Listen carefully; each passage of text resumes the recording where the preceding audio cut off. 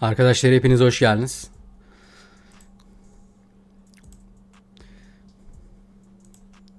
Bu hafta yine sizlerle beraber olacağım canlı yayında.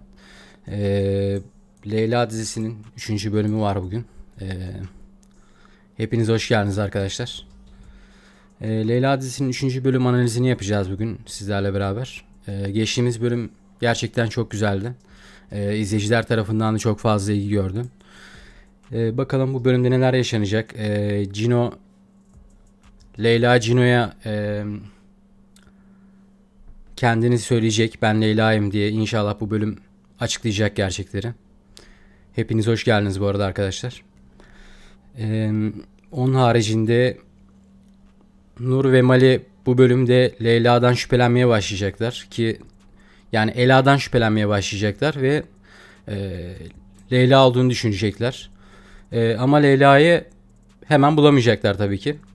Ama Cino Leyla'yı öğrenecek büyük ihtimalle bu bölümde. Önümüzdeki bölümlerde de şöyle bir durum olacak. Leyla ve Cino Nur ve Mali'den intikamını alacaklar. Yani o sahneleri zaten çok izleyiciler çok merak ediyorlar ve çok fazla kişi bekliyor. Özellikle en çok merak ettiğim sahnelerden birisi Cino'nun Leyla'yı öğrendiği an ve Nur ve Mali'nin de cezalarını çektiği sahneleri çok merak ediyorum. Onun haricinde şöyle de bir durum var.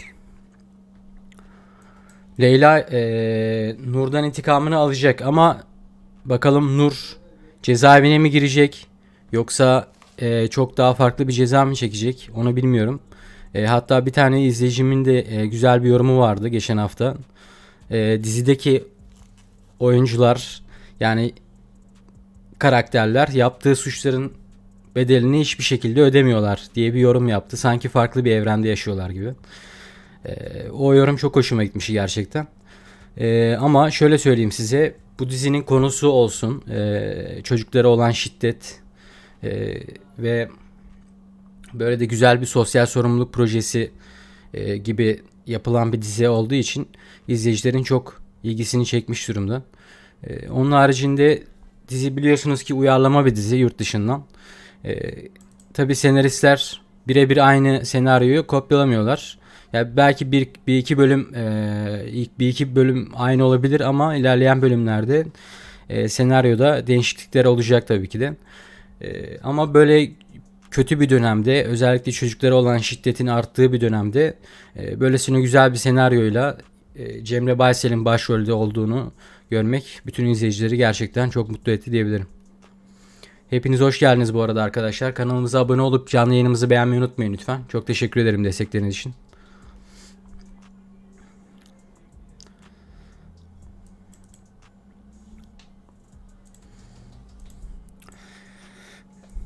Bu bölüm Cino Leyla'yı öğrenecek.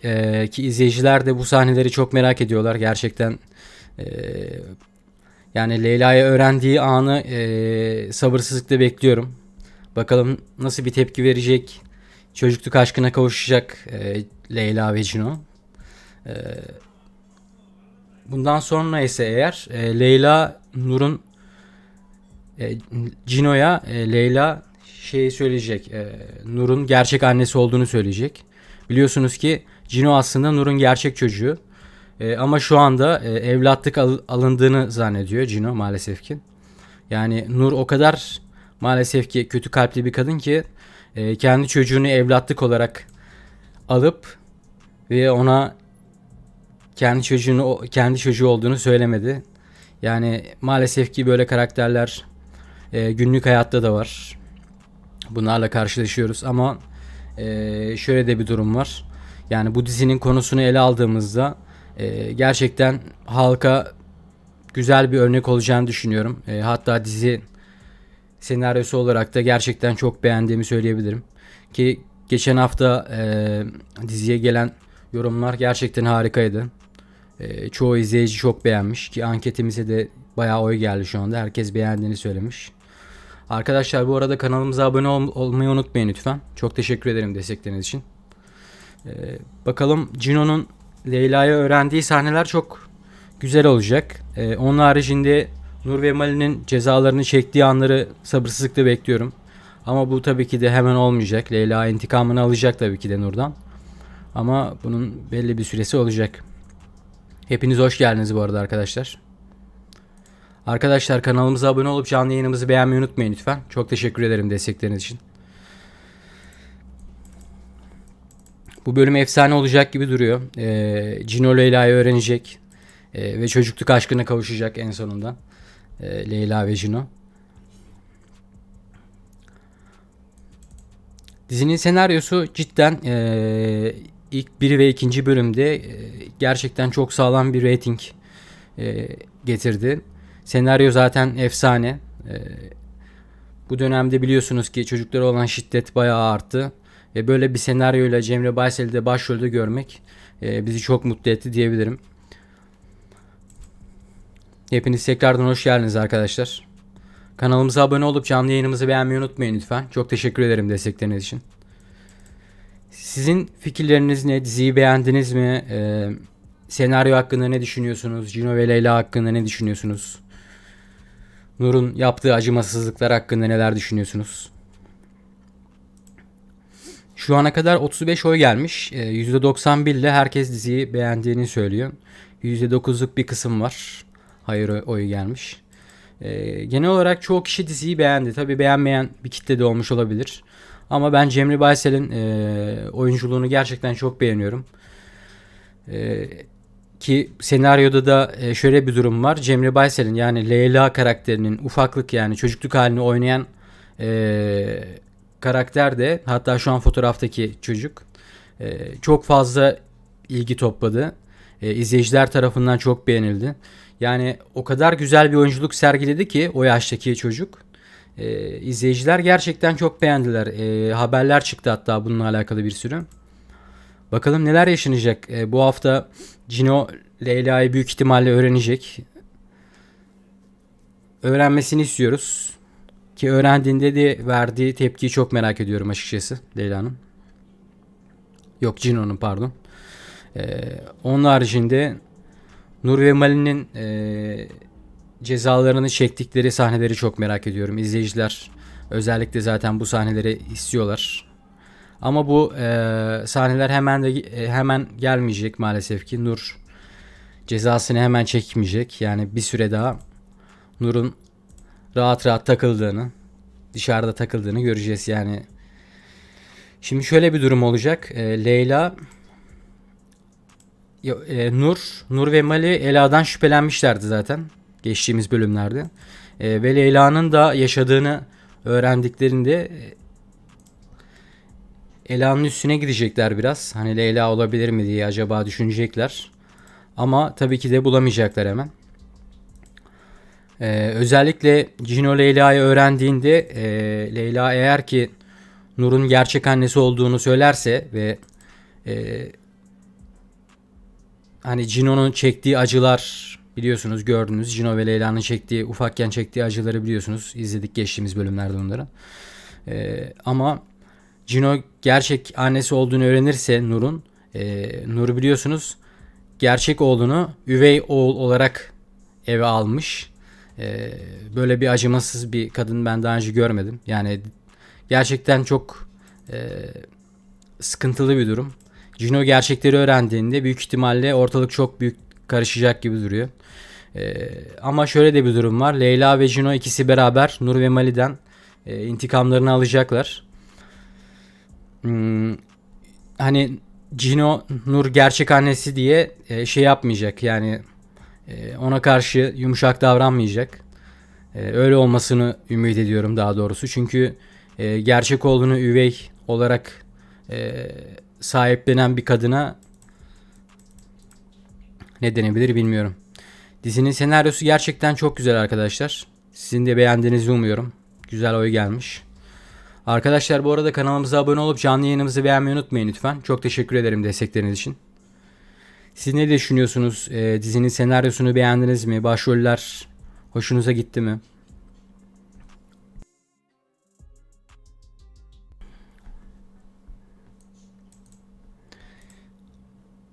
Yani şöyle bir durum var. Bazı kişiler Hani Cemre Baysel'in karşısında daha farklı bir erkek başrol olabilirdi diye yorumlar gelmiş geçen hafta. Ama ben Civan'ın güzel bir başrol oyuncusu olduğunu düşünüyorum ve Leyla ile de uyumlu olduklarını düşünüyorum açıkçası. Ki zaten şu dakikadan sonra başroller değişmeyeceği için Civan ve Leyla güzel bir çift olacaklar. Özellikle dizinin konusu geçen hafta çok büyük bir ilgi topladı. Bakalım bu hafta neler yaşanacak? Hepimiz merakla bekliyoruz. Hepiniz hoş geldiniz bu arada arkadaşlar tekrardan. Kanalımıza abone olmayı unutmayın lütfen. Çok teşekkür ederim destekleriniz için. Şöyle bir durum var. Nur Leyla'nın peşine düşecek bu bölümde. Ama tabii ki de hemen Leyla'yı yakalayamayacaklar. Yani bulamayacaklar. Ayrıca bulsalar bile Leyla artık küçük bir çocuk olmadığı için ona karşı bir şey yapamayacaklar. Ve bu sefer yanında Cino olacak. Cino gerçekleri öğrendiğinde, yani Nur'un gerçek annesi olduğunu öğrendiğinde biraz yıkılacak büyük ihtimalle. Ama şöyle de bir durum var. Gerçek annesi olduğunu öğrendiği halde bile Nur'un cezasını çekmesini isteyecektir diye düşünüyorum Cino. Hepiniz hoş geldiniz bu arada arkadaşlar tekrardan. Kanalımıza abone olup canlı yayınımızı beğenmeyi unutmayın lütfen. Çok teşekkür ederim destekleriniz için tekrardan.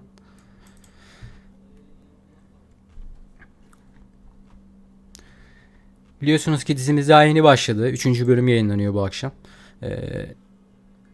Yani geçtiğimiz hafta ve ilk bölüm gerçekten izleyiciler tarafından çok büyük bir ilgi gördü. Hatta geçen hafta reyting rekorları kırmış. Bunun da sebebinin dizinin senaryosunun iyi olmasından kaynaklandığını düşünüyorum. Ki zaten biliyorsunuz ki bu dönemde çocuklara olan şiddet çok fazla artmış durumda. Böyle de sosyal sorumluluk projesi altında bir dizi yapılması gerçekten izleyicilerin çok hoşuna gitti diyebilirim. Hepiniz hoş geldiniz.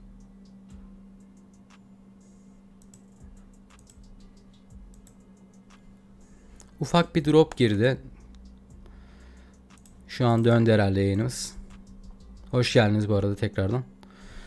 Şu ana kadar toplamda 59 oy gelmiş arkadaşlar. 59 oydan %95 kişi beğendiğini söylemiş diziyi. %5'lik bir kısım hayır oyu atmış. Yani beğenmediğini söylemiş. Tabii ki de beğenmeyenler de olabilir ama geçtiğimiz hafta dediğim gibi dizi güzel reytingler yakaladı. Ve biliyorsunuz ki reyting sıralamasında birinciye çıktı Leyla dizisi. Gerçekten tebrik ediyoruz. Senaryoyu zaten çok beğendik. Onun hakkında konuşmaya bile gerek yok. Senaryoda bunun etkisi çok büyük. Başrol oyuncuların da etkisi tabii ki de çok büyük. Cemre Baysel'in oyunculuğunu zaten tartışmamıza bile gerek yok. Harika bir oyuncu kendisi. Kendisinin bütün dizilerini ve filmlerini takip ettim, izledim.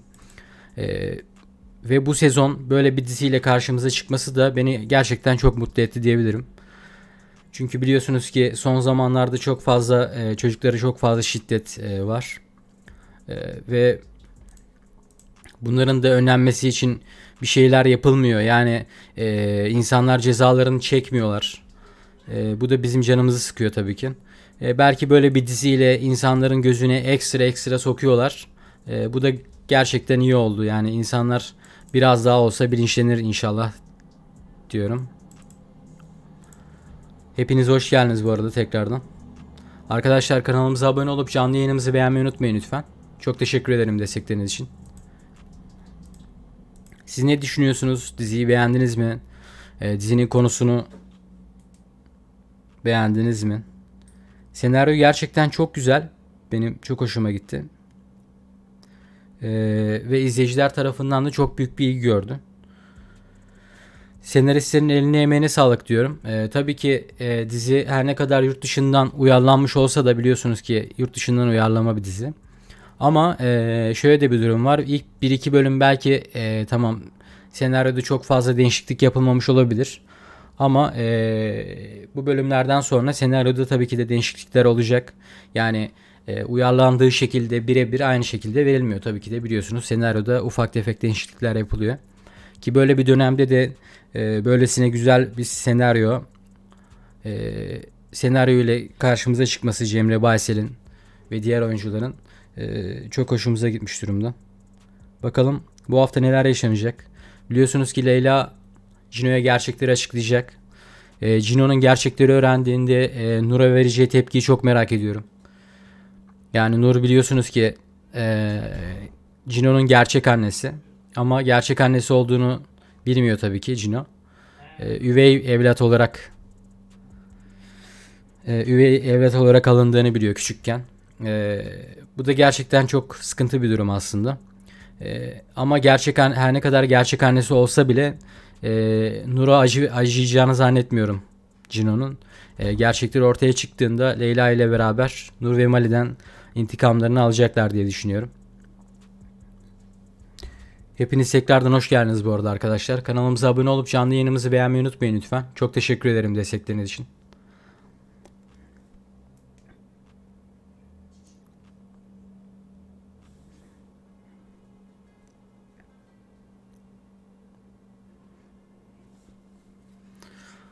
Bu hafta güzel geçecek gibi duruyor.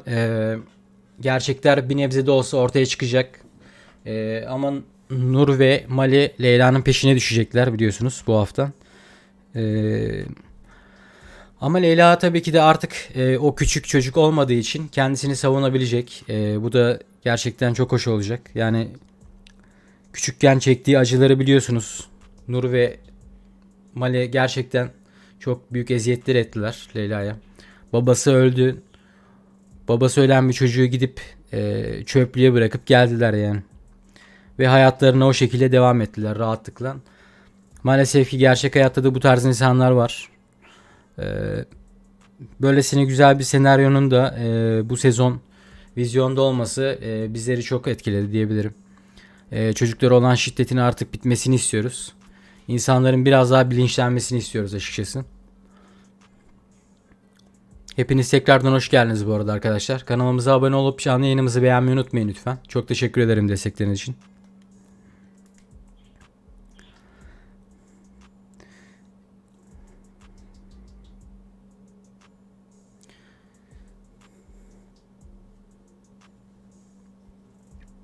Ya biliyorsunuz ki geçtiğimiz ay ve bu ay içinde bir sürü çocuklara şiddet vakası yaşandı. Dizinin de girişinde okumuşsunuzdur. Bu Naren olayını zaten ele alan ve diğer çocukların da yaşadığı bu şiddet, istismara karşı e, artık susmamamızın gerektiğini ele alan bir dizi. Gerçekten güzel bir senaryosu olduğunu düşünüyorum dizinin. Senaristlerin de eline emeğine sağlık. Gerçekten harika bir senaryosu var. Başroller zaten Cemre Baysel gerçekten harika bir oyuncu. Cemre Baysel'in başrolde olması ve böylesine güzel bir senaryo olması diziye gelen ilgiyi aslında arttırıyor. Geçtiğimiz hafta reytinglerde birinci sıraya çıktı. Çarşamba günü dizimiz. Böyle de devam etmesini istiyoruz açıkçası. Arkadaşlar kanalımıza abone olup canlı yayınımızı beğenmeyi unutmayın bu arada. Çok teşekkür ederim destekleriniz için.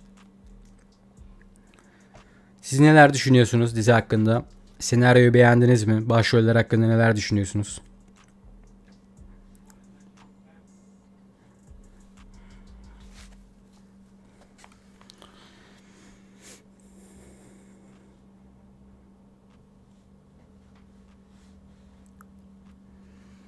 Cino bu bölümde gerçekleri öğrenecek inşallah yani. Leyla'nın gerçekleri açıkladığı sahneleri merakla bekliyorum açıkçası.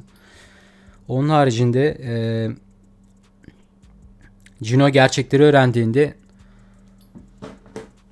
Nur'un ona karşı yaptığı acımasızlıkları fark edecek ve gerçek annesinin onu evlatlık olarak edinmesini kabullenemeyecek. Her ne kadar gerçek annesi olsa da Leyla ile beraber cezasını çekmesine yardımcı olacağını düşünüyorum Cino'nun da. Ki zaten izleyicilerin çoğu bu sahneleri bekliyorlar. Hatice Hanım merhabalar, hoş geldiniz.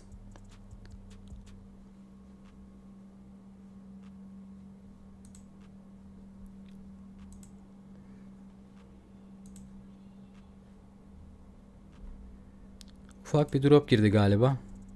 Düzeldi şu anda. Ufak bir takılma yaşadı yayın. Hepiniz tekrardan hoş geldiniz arkadaşlar. Senaryo gerçekten çok hoşuna gitti izleyicilerin. Geçtiğimiz hafta da biliyorsunuz ki reytinglerde 1. sıraya çıktı dizimiz. Bu hafta da öyle olmasını ümit ediyoruz. Yani böylesine güzel bir senaryonun da izlenmesini açıkçası ben isterim. Cemre Baysel'in zaten oyunculuğu harika. Böyle bir dizide değer alması bizim çok hoşumuza gitti diyebilirim. Başrolde Cemre Baysel'in olması, böylesine güzel bir senaryo olması, biliyorsunuz ki ülkemizde yaşanan son zamanlarda çocuklara olan şiddetin artması ve böylesine güzel bir senaryo ile Cemre Baysel'in başrolde karşımıza çıkması çok hoşumuza gitti diyebilirim. Bu bölümünde bakalım neler olacak. Bu bölümünde Leyla'nın Cino'ya gerçekleri açıkladığı sahneleri sabırsızlıkla bekliyorum diyebilirim. Dizinin de adında olduğu gibi hayat, aşk, adalet, yani şu anda hayatın gerçeklerini yaşadı Leyla, yani ufakken çocukluk halinde ki geçtiğimiz hafta ve ilk bölüm Leyla'nın o çocukluk karakterini oynayan oyuncu gerçekten çok büyük bilgi topladı, mükemmel bir oyunculuk sergiledi. Yani çoğu kişiyi çok etkilemiş. Zaten özellikle de haberler yapıldı bu konuyla alakalı. Yani o yaşta bu yetenek gerçekten harika bir oyunculuk sergiledi. Leyla'nın küçüklük karakterini oynayan kızdan bahsediyorum. Yani çocukluk halini oynayan kızdan bahsediyorum. Hepiniz tekrardan hoş geldiniz bu arada arkadaşlar. Kanalımıza abone olup canlı yayınımızı beğenmeyi unutmayın lütfen. Çok teşekkür ederim destekleriniz için.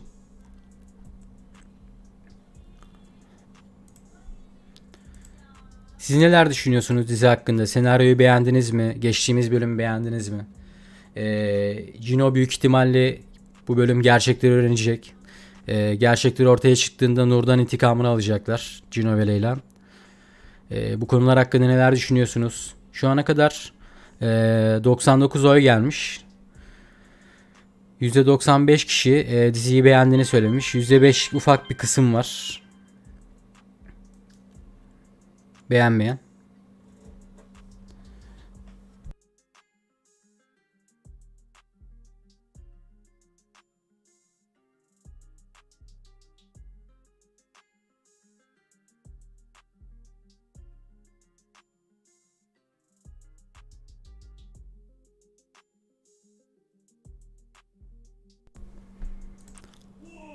Arkadaşlar hepiniz hoş geldiniz bu arada tekrardan. Kanala abone olup canlı yayınımızı beğenmeyi unutmayın lütfen. Çok teşekkür ederim destekleriniz için. Biliyorsunuz ki geçtiğimiz hafta dizimiz çok büyük bilgi topladı. Leyla'nın küçüklük karakterini oynayan çocuk gerçekten izleyiciler tarafından çok beğenildi. Hatta kendisi hakkında bir sürü haber çıktı. Yani o yaşta o oyunculuk gerçekten çok büyük bir ilgi topladı diziye. Onun üstüne bir de Cemre Baysel'in başrolde olması, dizinin senaryosunun bu kadar güzel olması, hepsi bir araya gelince reytinglerde neden 1. sıraya çıktığını aslında açıklıyor bize. Cino'nun gerçekleri öğrendiği sahneleri çok merakla bekliyorum. Onun haricinde Nur ve Mali'nin cezalarını çektiği, yani adaletin yerini bulduğu sahneler izleyicilerin çok hoşuna gidecektir diye düşünüyorum. Bu arada arkadaşlar kanalımıza abone olup canlı yayınımızı beğenmeyi unutmayın lütfen. Çok teşekkür ederim destekleriniz için. Bu sahneleri izleyiciler çok merak ediyorlar. Ama tabii ki biliyorsunuz ki dizimiz daha yeni başladı. Bu akşam 3. bölüm yayınlanıyor. Önümüzdeki bölümden itibaren ya bu bölüm büyük ihtimalle Cino Leyla'yı öğrenecek. Bütün gerçekleri öğrenecek ki özellikle Leyla eğer ki Nur'un gerçek annesi olduğunu söylerse, biliyorsunuz ki Cino aslında Nur'un gerçek oğlu. Ama Cino bunu bilmiyor. Evlatlık olarak alındığını zannediyor. Böyle bir acımasızlık karşısında nasıl sağlam durabilir Cino bilmiyorum. Ama gerçekten gerçekleri öğrendiğinde yıkılacağını düşünüyorum.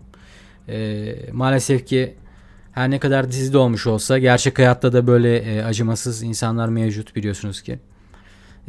Geçtiğimiz ay ve bu aylarda bu olaylar iyice arttı. Çocuğu olan şiddet olsun, istismar olsun. Bakalım, yani güzel bir sosyal sorumluluk projesi olduğunu düşünüyorum. Dizinin başrolündeki oyuncular da harika. Cemre Baysel'i zaten tartışmaya bile gerek yok. Kendisi efsane bir oyuncu. Dizinin senaryosu bu kadar güzel. Cemre Baysel başrolde. Geçtiğimiz hafta neden reytinglerde birinci sıraya çıktığını da aslında açıklıyor dizinin. Hepiniz tekrardan hoş geldiniz bu arada arkadaşlar. Kanalımıza abone olmayı unutmayın lütfen. Çok teşekkür ederim destekleriniz için. Şu ana kadar 109 oy gelmiş. %94 ile çoğu kişi diziyi beğendiğini söylemiş. %6 oyla beğenmeyen kişiler var. Tabii ki diziyi beğenen kadar beğenmeyen kişiler de olabilir. Ama genel olarak geçtiğimiz hafta ve ondan önceki hafta dizi çok büyük bir ilgi gördü. Merhabalar, hoş geldiniz hepiniz tekrardan. Çok büyük bir ilgi gördü. Bunun da sebebi aslında senaryonun böyle güzel olması ve başrol karakterlerinin de tanınmış kişiler olması tabii ki de etki etmiş durumda. Siz neler düşünüyorsunuz dizi hakkında? Senaryonun bu çocuklara olan şiddetin artık bitmesini istiyoruz. Böyle de bir diziyle aslında izleyicilere bunu aktarmaları bizim çok hoşumuza gitmiş durumda aslında. İzleyiciler de geçtiğimiz hafta diziye vermiş oldukları destekle, yani birinci sıraya soktular diziyi reytinglerde. Bu da çok hoşumuza gitti aslında. Hepiniz tekrardan hoş geldiniz arkadaşlar. Kanalımıza abone olmayı unutmayın lütfen. Çok teşekkür ederim destekleriniz için.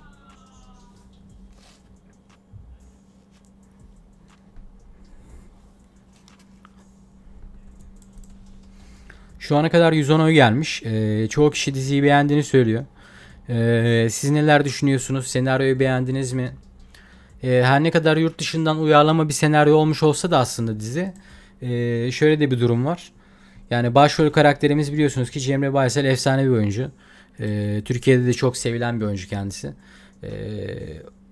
Bu yüzden dizi çok fazla ilgi görmüş durumda. Onun haricinde her ne kadar yurt dışından uyarlanmış olsa bile senaryoda ufak tefek değişiklikler yapılacaktır. Belki birinci, ikinci bölümde senaryoda çok fazla değişiklik yapılmamış olabilir. Ama ilerleyen bölümlerde tabii ki de dizinin aynı olmaması için senaryoda değişiklikler yapılacağını düşünüyorum. Senaristlerin de eline emeğine sağlık. Gerçekten böyle güzel bir dizi, böylesine güzel bir sosyal sorumluluk projesi altında dizi yapmaları ve başrolde de Cemre Baysel'in olması izleyicilerin gerçekten çok hoşuna gitti. Böyle de devam etmesini istiyoruz açıkçası. Ratinglerin birinci sıradan inmesini istemiyoruz. Geçtiğimiz hafta biliyorsunuz ki birinci sıraya kadar çıktı.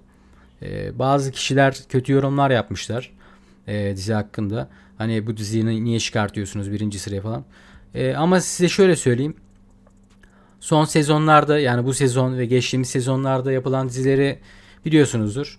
Böylesine güzel bir senaryonun aslında izlenmesini ben isterim yani. Yani birinci sıraya da çıksın. Ratinglerde her zaman bir de dursun. İsterim. Açıkçası.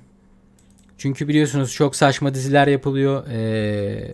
Ve ne kadar saçma olursa olsun izleniyor ve talep de görüyor.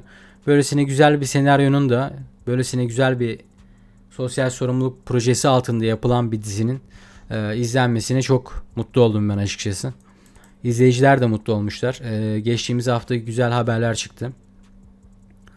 Özellikle Leyla karakterinin, yani o şu anda fotoğraftaki küçük çocuk efsane bir oyunculuk sergiledi. İzleyiciler tarafından çok beğenildi. Büyük haber oldu yani kendisi. 2 bölümde daha. O yaşta o oyunculuk, gerçekten tebrik ediyorum kendisini. Önü çok açık. Küçücük haldeyken bile bu kadar iyi oyunculuk yapabiliyorsa ilerleyen zamanlarda neler olur tahmin bile edemiyorum. İzleyicilerin çoğu Leyla karakterinin çocukluk halini çok beğenmişler. Çok da büyük ilgi gördü açıkçası. Kendisi haber konusu oldu yani. Geçtiğimiz hafta bayağı haber yapıldı kendisiyle alakalı. Hepiniz tekrardan hoş geldiniz bu arada arkadaşlar. Kanalımıza abone olup canlı yayınımızı beğenmeyi unutmayın lütfen. Çok teşekkür ederim destekleriniz için. Şu ana kadar 119 oy gelmiş. Çoğu kişi dizinin güzel olduğunu söylemiş. Yani diziyi beğendiklerini söylemişler. %5'lik bir kısım, yani 1-2 kişi, büyük ihtimalle 120 kişiden 1-2 kişi diziyi beğenmediğini söylemiş. Tabii ki olabilir. Bu göreceli bir kavram. Beğenmek zorunda değil herkes, ama böylesine güzel bir senaryonun ben izlenmesini isterim açıkçası. Çünkü öylesine kötü senaryolar yapıp da izleyicilere izletiliyor ki, yani geçtiğimiz sezonlarda olsun, bu sezon olsun. Çok kötü senaryoların izlendiğini gördüm ben. Böyle de güzel bir sosyal sorumluluk projesi altında yapılan bir dizinin daha fazla izlenmesini isterim açıkçası.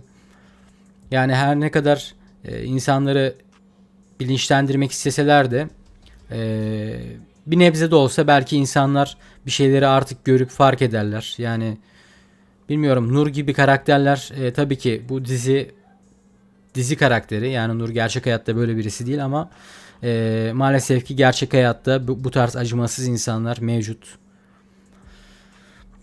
Bunların azalmasını istiyoruz ve böylesine güzel bir senaryoyla da bunları Türk halkına tekrar gözlerine sokmaları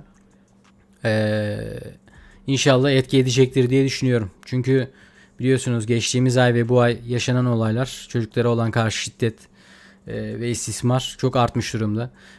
Ve artık Türk halkı olarak bu durumdan bıkmış durumdayız. Ya bu dizinin senaryosu tamamen bunu ele alıyor aslında. Aslında tamamen bunu ele almıyor. Aşk da olacak. Adaletin yerini bulduğunu da göreceğiz. Ama insanlar inşallah biraz daha bilinçlenir diyorum. Ki geçtiğimiz bölüm ve ilk bölüme gelen ilgiden sonra dizinin beğenildiğini görüyorum. Böylesine güzel bir senaryonun da, oyuncuların da biliyorsunuz Cemre Baysal Türkiye'de çok fazla sevilen bir oyuncu. İzlenmesini isterim açıkçası. Bu şekilde devam ederse gerçekten çok güzel olur. Açıkçası dizinin çok fazla uzun süreceğini sanmıyorum ben. Yani izlenirse eğer, yani reytingler bu şekilde devam ederse eğer 25 ila 30 bölüm süreceğini düşünüyorum ben açıkçası. Yani öyle 50-60 bölümlük bir dizi olacağını sanmıyorum. Çünkü belli bir yerde senaryo tıkanacak maalesef ki. O zaman da final yapmak zorunda kalacaklar. Ki öylesi daha güzel olacak bence. Senaryoyu çok boğmadan, çok sıkmadan insanları final yapmaları çok daha iyi olur diye düşünüyorum. Yani tadında bırakmaları çok daha anlamlı olur. Hepiniz tekrardan hoş geldiniz bu arada arkadaşlar. Kanalımıza abone olup canlı yayınımızı beğenmeyi unutmayın lütfen. Çok teşekkür ederim destekleriniz için. Şu ana kadar 133 oy gelmiş. %95'te herkes diziyi beğendiğini söylüyor. %4'lük kısım beğenmemiş. Tabii ki beğenmeyen kısımlar da olabilir. Ama çoğu kişi geçen hafta diziyi beğendiğini zaten gösterdi bize. Ratingler de bunu açıklıyor. Hepiniz tekrardan hoş geldiniz bu arada arkadaşlar. Ben hemen geliyorum.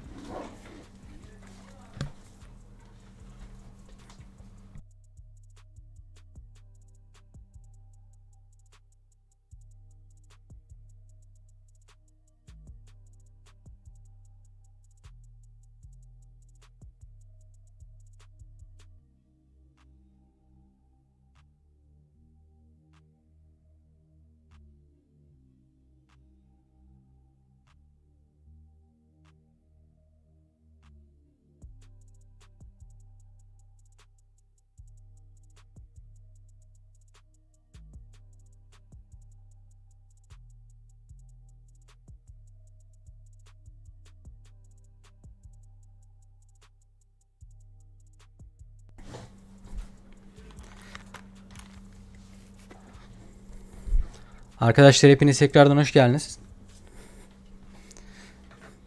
Kanala abone olup canlı yayınımızı beğenmeyi unutmayın lütfen. Çok teşekkür ederim destekleriniz için. Bu hafta efsane geçecek gibi duruyor. Leyla büyük ihtimalle Cino'ya gerçekleri açıklayacak. Gerçeklerin ortaya çıktığı sahneler izleyiciler tarafından çok fazla merak ediliyor. Açıkçası ben de çok merak ediyorum. Leyla Cino'ya gerçekleri açıkladığında neler yaşanacak? Cino büyük ihtimalle delirecektir. Çünkü biliyorsunuz ki Cino aslında Nur'un gerçek oğlu. Ve Nur onu evlatlık olarak aldığını zannediyor. Çok kötü bir durum aslında. Yani empati yapınca, insan kendisinin yerine koyunca, yani ben böyle bir şeyin ortaya çıktığında gerçek annem olsa bile cezasını çekmesini isterdim açıkçası. Ki zaten Leyla'ya yaptıklarını da biliyorsunuz. Böylesine acımasızlıkların da cezasız kalmasını istemiyorum ben. Her ne kadar dizide olsa, bir senaryo üzerine kurulu da olmuş olsa, maalesef ki Nur gibi insanlar, yani o tarz karakterler gerçek hayatta da var, biliyorsunuz ki. Geçtiğimiz ay ve bu ay yaşanan olaylar çok canımızı sıktı. Yani Türk halkının gerçekten çok canını sıkmış durumda. İnşallah biraz daha insanlar yani bu diziyle beraber bir nebze de olsa bilinçlenirse bu bizim çok hoşumuza gidecektir. Çünkü biliyorsunuz yani dizi senaryolarının çoğu saçma sapan senaryolar yapıyorlar ve izletiyorlar. Çoğu kişi de izliyor yani açıkçası. Böylesine güzel bir senaryonun sosyal sorumluluk projesi altında yapılan böylesine güzel bir dizinin ben çok daha fazla izlenmesini isterim açıkçası. İzleyiciler zaten bu desteği sağlamış durumdalar. Geçtiğimiz hafta ve ilk bölüme gelen desteği biliyorsunuz. Gerçekten izleyiciler tarafından çok fazla beğenildi.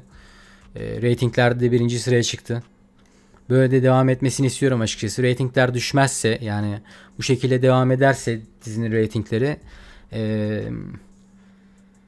şöyle söyleyeyim size, rahat bir 25-30 bölüm izleyeceğimizi düşünüyorum ben. Ki senaryo oraya kadar dayanır büyük ihtimalle. Ama daha fazlasını ilerletemeyebilirler. İlerleyen bölümlerde yeni karakterler de katılabilir diziye.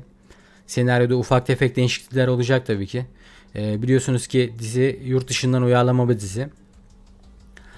Senaryo her ne kadar birinci ve ikinci bölümde çok fazla benziyor olsa da bu bölümden itibaren senaryo üzerinde belli başlı değişiklikler yapılacaktır. Ki zaten böylesine güzel bir sosyal sorumluluk projesi altında yapılan bir dizinin beğenilmesi ve bu kadar ilgi görmesi çok hoşuma gitti açıkçası benim.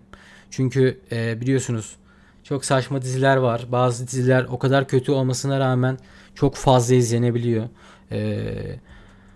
Bu dizinin de özellikle izlenmesini istiyorum. Yani reytinglerinin azalmasını istemiyorum. Çünkü biliyorsunuz ki reytingler düşerse maalesef ki erken finale gidebiliyor bazı diziler. Bu dizinin bu şekilde erken finale gitmesini istemiyoruz açıkçası. Hepiniz tekrardan hoş geldiniz bu arada arkadaşlar. Kanalımıza abone olup canlı yayınımızı beğenmeyi unutmayın lütfen. Çok teşekkür ederim destekleriniz için. Siz neler düşünüyorsunuz? Dizinin senaryosunu beğendiniz mi? Böylesine güzel bir sosyal sorumluluk projesinin altında yapılan bir dizi olması izleyiciler tarafından çok büyük bir ilgi görmüş durumda. Şu ana kadar 156 oy gelmiş. %96 evet oyu gelmiş. %4'lük bir kısım diziyi beğenmediğini söylemiş. Tabii ki de beğenmeyenler de olabilir ama çok büyük bir kısım diziyi beğendi. Ve geçtiğimiz hafta zaten diziye olan ilgi ve alakadan bunu anlayabiliyoruz. Ratinglerde birinci sıraya çıktı kendisi, Leyla dizisi. Böyle de devam ederse gerçekten mükemmel olur. Çünkü dizinin erkenden final yapmasını istemiyoruz. Biliyorsunuz ki reytingler düşünce maliyetler çok büyük oluyor. Bir bölümün maliyetleri, mesela bir bölümü çekmek çok büyük maliyetler gerektiriyor. Eğer ki reytingler düşerse erken finale gidebilir dizi. Ama reytinglerin ben düşeceğini sanmıyorum. Çünkü başrol oyuncumuz harika. Cemre Baysel mükemmel bir oyuncu. Türkiye'de zaten çok seviliyor. Yurt dışında da çok fazla seveni var Cemre Baysel'in. Böylesine de güzel bir senaryoyla başrolde bulunması gerçekten taçlandırmış diyebilirim yani. Hepiniz tekrardan hoş geldiniz bu arada arkadaşlar. Kanalımıza abone olup canlı yayınımızı beğenmeyi unutmayın lütfen. Çok teşekkür ederim destekleriniz için. Leyla'nın Cino'ya gerçekleri açıkladığı sahneleri sabırsızlıkla bekliyorum açıkçası. Azerbaycan'dan da bu arada diziye çok büyük bir ilgi gelmiş. Azerbaycan'a da buradan selamlar olsun. Çok seviyoruz sizleri.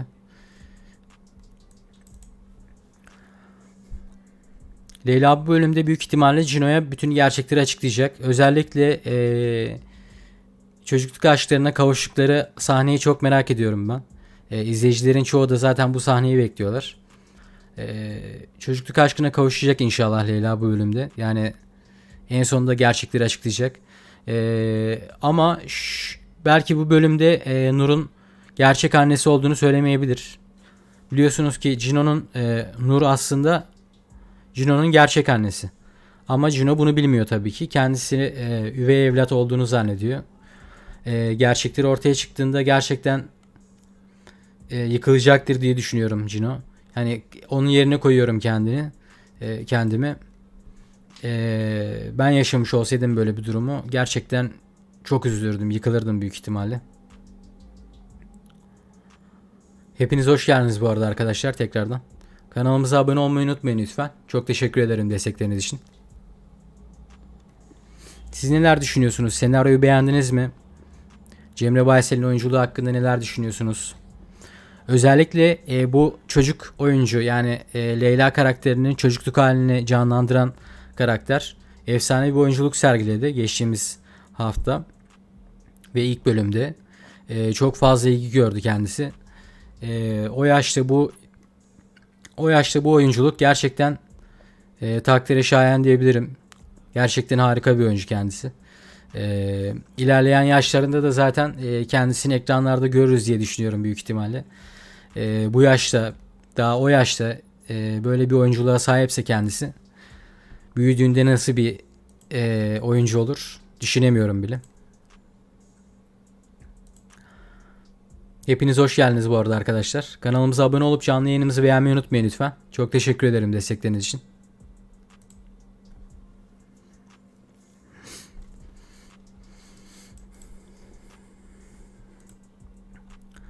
Geçtiğimiz hafta ve ilk bölüme gelen izleyici oranları gerçekten çok iyiymiş.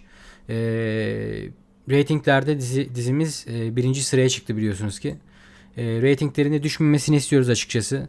Bu şekilde devam etmesini istiyoruz. Çünkü biliyorsunuz ratingler düşerse dizimiz maalesef ki erken finale gidebilir. Erken final yapmasını da istemiyoruz maalesef. Uzun süre devam etmesini istiyoruz. En azından şöyle bir 25 ila 30 bölüm sürerse eğer dizi gerçekten çok iyi olur. Ki zaten süreceğini düşünüyorum ben. Erken final yapılacağını zannetmiyorum. Dizinin senaryosu 25 ila 30 bölüm kadar dayanır. Ama izleyiciler tabii ki de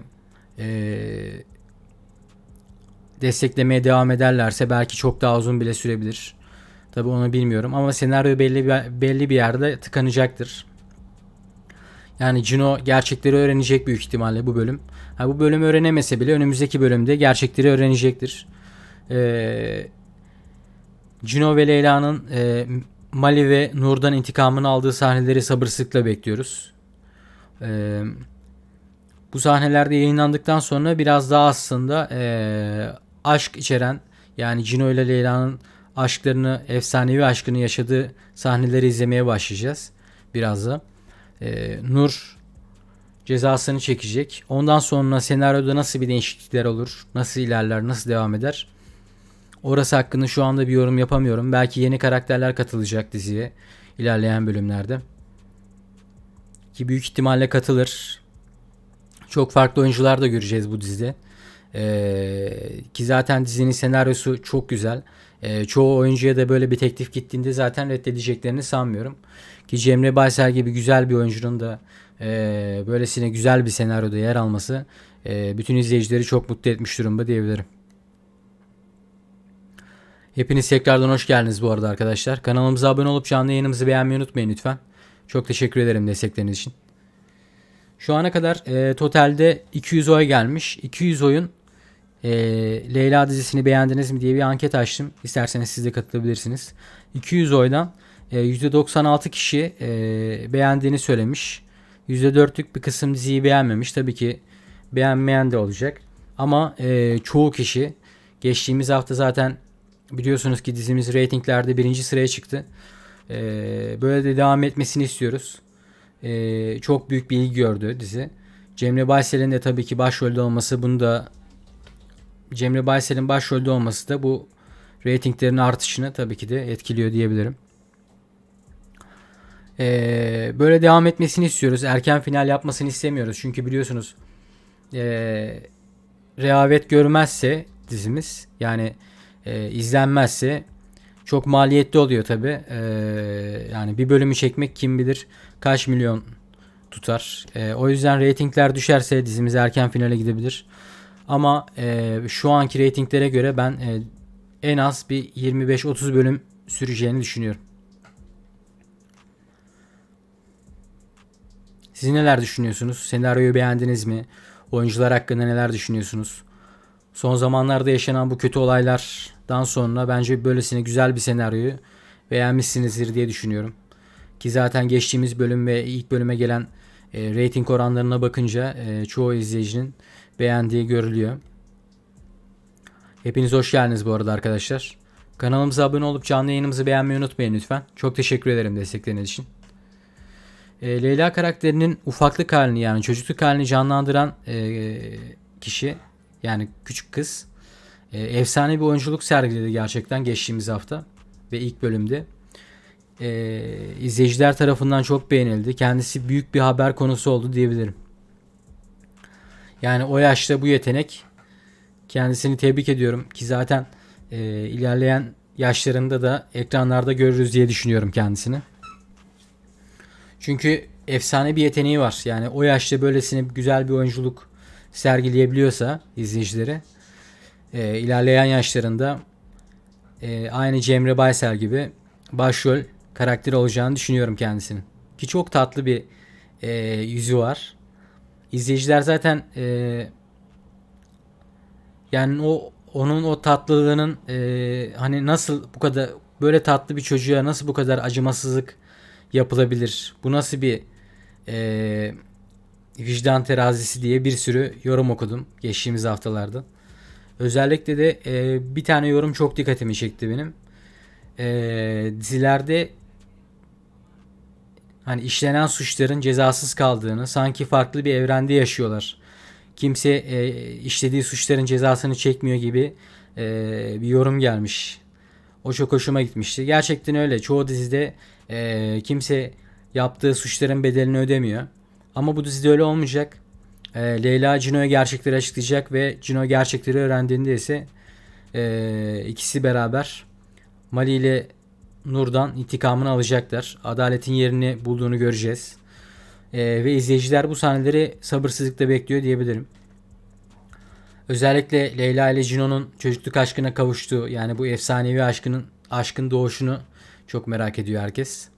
Bakalım neler yaşanacak. Hepiniz hoş geldiniz bu arada arkadaşlar tekrardan. Kanalımıza abone olup canlı yayınımızı beğenmeyi unutmayın lütfen. Çok teşekkür ederim destekleriniz için.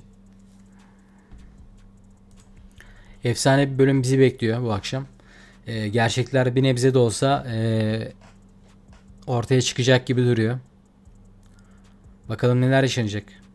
Heyecanla bekliyoruz. Bu akşam Cino büyük ihtimalle gerçekleri öğrenecek. Eğer ki Nur'un yani büyük ihtimalle Leyla hemen Nur'un gerçek annesi olduğunu söylemeyebilir. Ama Cino Nur'un gerçek annesi olduğunu öğrenirse eğer yıllardır üvey evlat olarak o evde yaşıyordu. Büyük ihtimalle çok büyük yıkılacaktır yani. Çok üzülecektir. Ve Leyla'ya adaletin yerini bulması konusunda yardımcı olacak. Leyla ve Cino Nur ve Mali'den büyük bir şekilde intikamını alacak yani. Bu sahnelerde izleyicilerin gerçekten çok hoşuna gidecektir diye düşünüyorum. Hepiniz hoş geldiniz bu arada.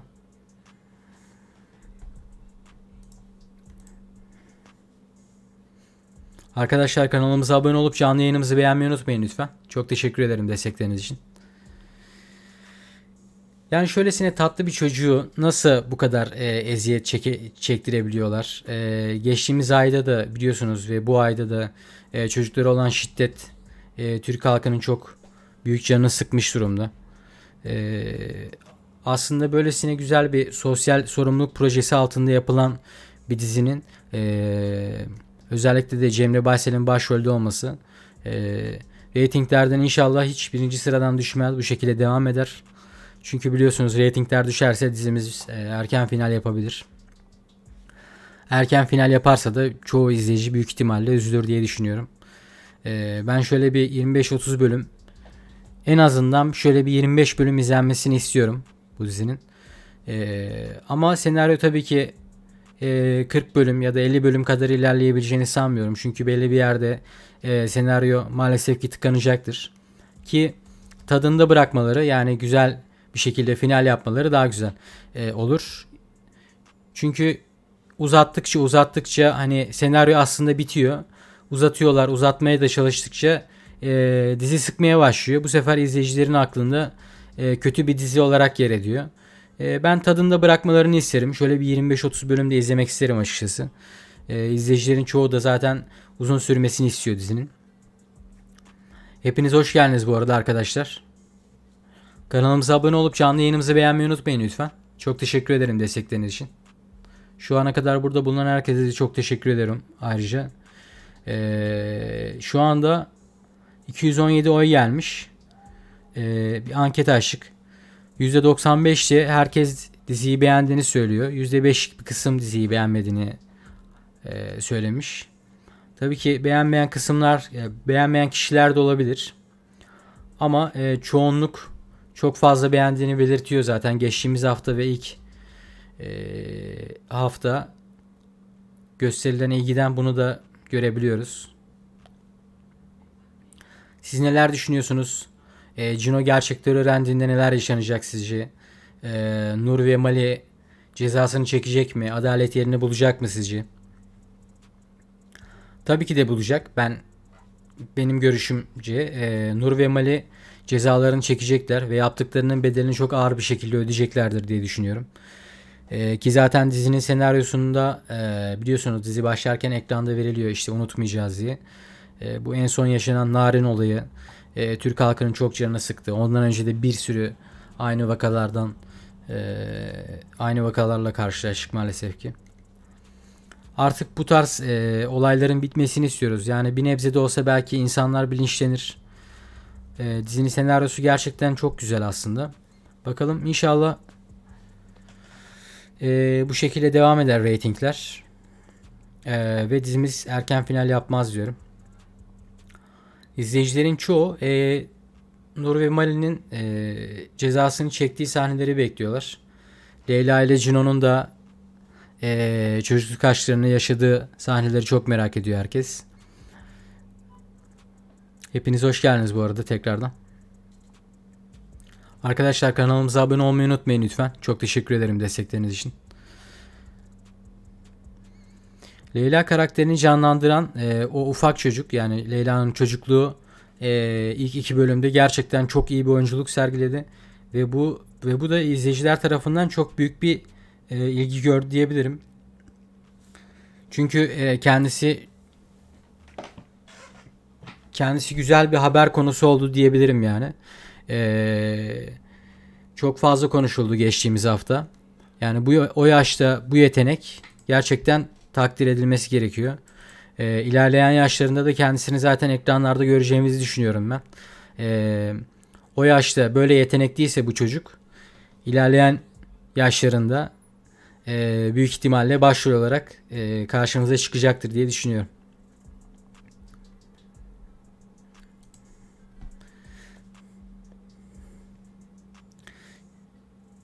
Tabii başrolde Cemre Baysel gibi güzel bir kadın olması da dizinin reytinglerini etkiledi. Ama şöyle de bir durum var. Mevzu sadece güzellik değil. Kendisi gerçekten harika bir oyuncu. Onun haricinde geçtiğimiz yıllarda da kendisinin dizileri çok fazla talep görüyordu. Yurt dışından da kendisini çok fazla seven bir kitle var. Cemre Baysel'i Türkiye'den inanılmaz bir kitle takip ediyor ve çok seviliyor kendisi. Ama bir o kadar da yurt dışından da seven kişi var. Yani aslında buradan da diziye gelen ilgi ve alakanın, yani reytinglerde birinci sıraya çıkmasının sebebini anlayabiliyoruz.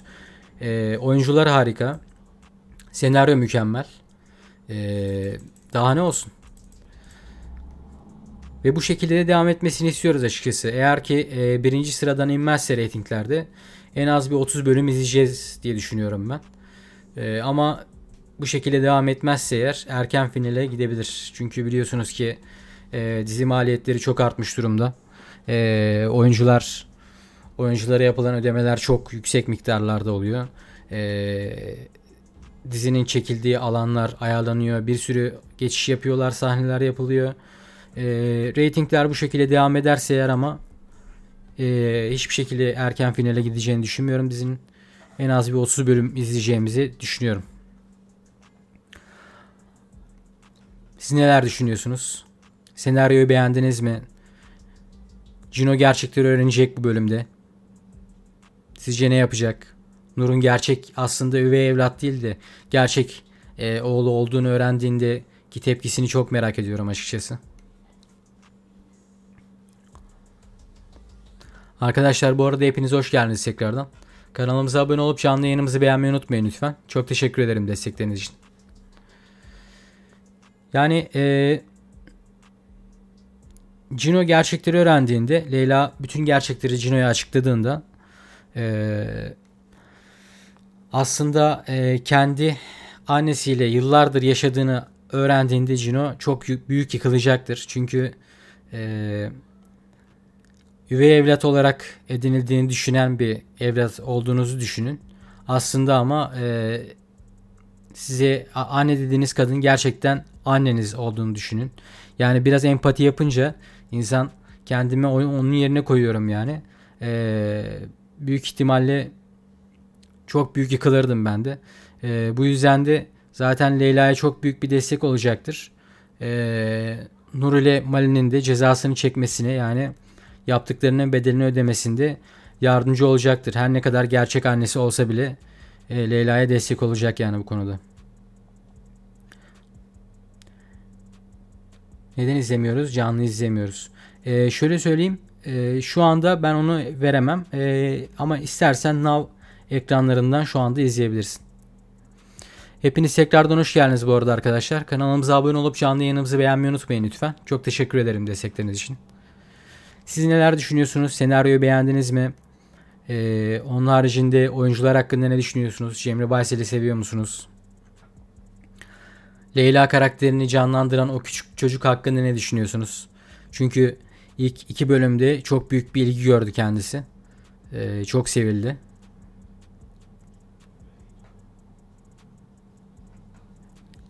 Hepiniz tekrardan hoş geldiniz bu arada. Bu bölüm büyük ihtimalle Cino gerçekleri öğrenecek. Leyla belki Nur'un aslında onun gerçek annesi olduğunu söylemeyebilir bu bölüm. Ama Cino aslında gerçek annesi olduğunu öğrendiğinde düşünebiliyor musunuz? Yıllardır gerçek annem değil de ben onu üvey annem zannediyorum. Yani kendimi onun yerine koyuyorum. Gerçekten çok üzülecektir. Cino çok yıkılacak yani. Ve bu olaylardan sonra da her ne kadar gerçek annesi olsa bile Nur Leyla'ya destek olacaktır. Ve yaptıklarının bedelini ağır bir şekilde ödeyecek Nur. Nur ve Mali daha doğrusu. Mali de bu suçu ortak.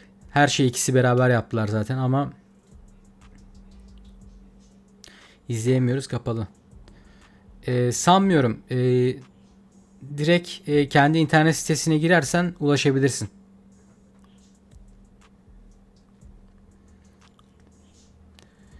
Hepiniz hoş geldiniz bu arada arkadaşlar. Kanalımıza abone olmayı unutmayın lütfen. Çok teşekkür ederim destekleriniz için. Şu ana kadar bakalım kaç oy gelmiş. 100 şu ana kadar 257 oy gelmiş. %95'te herkes diziyi beğendiğini söylemiş. %5'lik bir kısım beğenmediğini söylemiş. Tabii ki göreceli bir kavram. Herkes beğenmek zorunda değil. Ama dizinin senaryosu gerçekten mükemmel. Başrol oyuncular harika. Cemre Baysel zaten biliyorsunuz ki Türkiye'de çok fazla sevilen bir oyuncu. Onun haricinde yurt dışında da çok fazla seven bir kitlesi var. Bir de üzerine böylesine güzel bir senaryoyla karşımıza çıkması, dizinin reytinglerinin neden birinci sıraya çıkmasını bize açıklıyor. Böylesine güzel bir sosyal sorumluluk projesini diziye çevirmeleri, yani sosyal sorumluluk projesi altında bir dizi yapmaları çok hoşuma gitti benim açıkçası. Çünkü biliyorsunuz ki geçtiğimiz ay ve bu ay çok fazla arttı bu olaylar. Çocuklara olan şiddet olsun, istismar olsun. Yani artık biraz daha Türk halkının bilinçlenmesi gerekiyor bu konuda. Ve susmamamız gerekiyor daha doğrusu. Neden canlı izleyemiyoruz demişsin. Şu anda ben veremiyorum onu maalesef ama istersen eğer direkt Now ekranlarından izleyebilirsin. Kendi internet sitesine direkt bağlanıp da izleyebilirsin. Hepiniz hoş geldiniz bu arada arkadaşlar. Kanalımıza abone olup canlı yayınımızı beğenmeyi unutmayın lütfen. Çok teşekkür ederim destekleriniz için.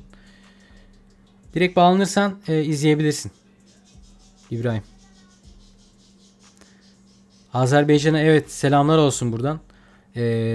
Geçtiğimiz hafta da çok büyük bir Azeri kitlesi vardı dizinin üzerinde. Ratinglerde aslında birinci sıraya çıkmasının da büyük bir sebebi o. Azerbaycan'a çok çok selamlar olsun buradan. Çok seviyoruz sizleri. Sizler neler düşünüyorsunuz dizi hakkında? Senaryoyu beğendiniz mi? Oyuncular hakkında neler düşünüyorsunuz? Cemre Baysel'in oyunculuğu olsun. Cemre Baysel'in hatta Leyla karakterinin o küçüklük halini canlandıran küçük kız hakkında ne düşünüyorsunuz? Çünkü geçtiğimiz hafta ve ilk bölümde kendisi çok büyük bir haber konusu oldu. Biliyorsunuz ki gerçekten çok güzel bir oyunculuk sergiledi. İlk bölümde ve ikinci bölümde. Yani bu yaşta bu yetenek gerçekten takdire şayan diyebilirim. Kendisini tebrik ediyorum. Ki ilerleyen yaşlarında da önünün çok açık olduğunu düşünüyorum. Böyle de devam ederse eğer kendisini şöyle bir 5-10 yıl sonra başrol oyuncu olarak göreceğiz diye düşünüyorum büyük ihtimalle. Hepiniz tekrardan hoş geldiniz bu arada arkadaşlar. Kanalımıza abone olmayı unutmayın lütfen. Çok teşekkür ederim destekleriniz için. Beğendik, çok mükemmel demişsiniz. Size katılıyorum. Özellikle böylesine güzel bir sosyal sorumluluk projesi altında yapılan bir dizi olması. Yani şu çocuklara karşı olan bu şiddetin biliyorsunuz ki son zamanlarda çok fazla artmış durumda. Buna da artık susmamamız gerekiyor. Belki insanlar bir nebze de olsa bilinçlenir diyorum. İnşallah bilinçlenir yani insanlar. Çünkü son zamanlarda çok artmış durumda bu şiddet olayları. Ve istismar, ölüm olayları biliyorsunuz ki çok fazla arttı. İnşallah biraz daha insanlar bilinçlenir. Her ne kadar bir dizi senaryosu da olsa, dizi de olmuş olsa yine de insanların beynine bir tık daha bunu işliyorlar. Bence bu harika bir şey. Yani biliyorsunuz ki çok saçma senaryolar bile izleniyor. Böylesine güzel bir senaryonun da ben özellikle izlenmesini, reytinglerden yani birinci sıradan düşmesini istemem.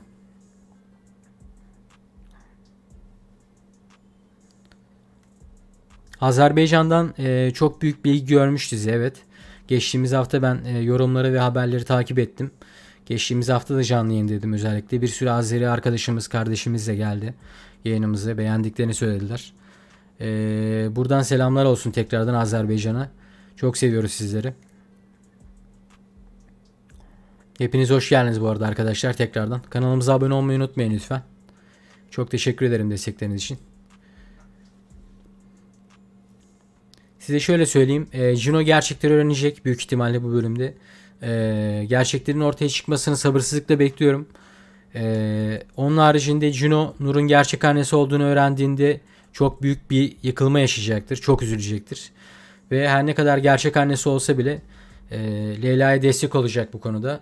Adaletin yerini bulmasını sağlayacak. Ve Nur yaptıklarının bedelini gerçekten çok ağır bir şekilde ödeyecektir diye düşünüyorum ben. Sizleri çok seviyoruz.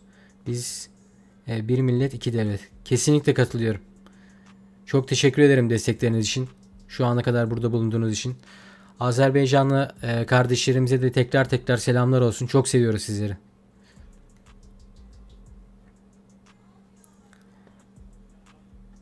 Leyla'nın küçüklük karakterini canlandıran o küçük kız hakkında neler düşünüyorsunuz? Yani ilk bölüm ve ikinci bölümde çok büyük bir ilgi gördü kendisi. Çok büyük bir haber konusu oldu biliyorsunuz ki. Çünkü gerçekten efsane bir yetenek. Çok iyi bir oyunculuk sergiledi bizlere. Siz neler düşünüyorsunuz? Oyunculukları beğendiniz mi? Yani o küçük kızın oyunculuğunu beğendiniz mi özellikle? Açıkçası ben çok beğendim. Ve ilerleyen yaşlarda kendisini Cemre Baysel gibi aynı başrol bir oyuncu olarak göreceğimizi düşünüyorum.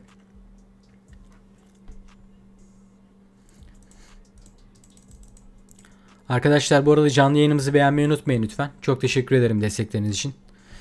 Şu ana kadar totalde 283 oy gelmiş. Leyla dizisini beğendiniz mi diye bir anket açtım. Öyle kendi aramızda yapmış olduğumuz bir anket. %93 oyla evet oyu gelmiş. %7'lik bir kısım hayır oyu atmış. Yani çoğu kişi beğendiğini söylüyor diziyi. Ki zaten ilk bölüm ve ikinci bölüme gelen rating oranlarından da bunu rahatlıkla görebiliyoruz. Güzel bir sosyal sorumluluk projesi altında yapılan bir dizi olduğu için aslında gelen ratingler de bizi çok mutlu etti diyebilirim. Cemre Baysel'in de tabii başrolde olması çok etkili oldu bu konuda. Ve reytinglerin de bu şekilde devam etmesini istiyoruz açıkçası. Çünkü biliyorsunuz ki reytingler azalırsa eğer dizimiz maalesef ki erken finale gidebilir. Ki erken final yapmasını istemiyoruz. Başrol oyuncular mükemmel. Dizinin konusu harika. O yüzden uzun süre devam etmesini istiyorum. Ben en azından şöyle bir 30 bölüm izlemek istiyoruz diyebilirim. Tabi reytingler bu şekilde devam ederse en az bir 30 bölüm izleyeceğimizi ben düşünüyorum yani. Hepiniz tekrardan hoş geldiniz bu arada arkadaşlar. Kanalımıza abone olup canlı yayınımızı beğenmeyi unutmayın lütfen. Çok teşekkür ederim destekleriniz için. Yani senaryo belli bir yerde kilitlenecektir. Gerçekler ortaya çıkacak. Cino gerçekleri öğrenecek. Leyla ile çocukluk aşklarını yaşayacaklar. Nur ve Mali yaptıklarının bedelini ağır bir şekilde ödeyecek. Bu olaylardan sonra ise eğer senaryo biraz tıkanmaya başlayacak. O kısımda da büyük ihtimalle diziye yeni oyuncular katılacaktır. Senaryoda ufak tefek değişiklikler yapılacak çünkü biliyorsunuz ki dizi yurt dışından uyarlama bir dizi. Her ne kadar yurt dışından uyarlanmış olsa da birebir aynısını vermiyorlar biliyorsunuz. Ufak tefek değişiklikler oluyor. Bakalım neler yaşanacak. Çok merakla bekliyoruz. Özellikle Cino'nun gerçekleri öğrendiği sahneleri çok merak ediyorum.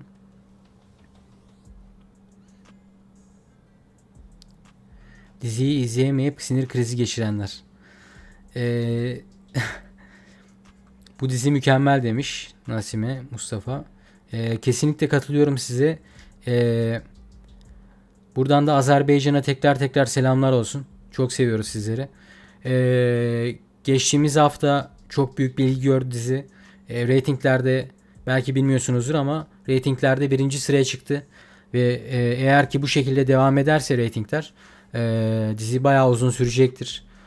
Konuyu ele aldığımızda da zaten bazı şeylerin ortaya çıkması, gerçeklerin ortaya çıkması, Nur ve Mali'nin yaptıklarının bedelini ağır bir şekilde ödemesi, bu sahneleri özellikle çok merakla bekliyoruz.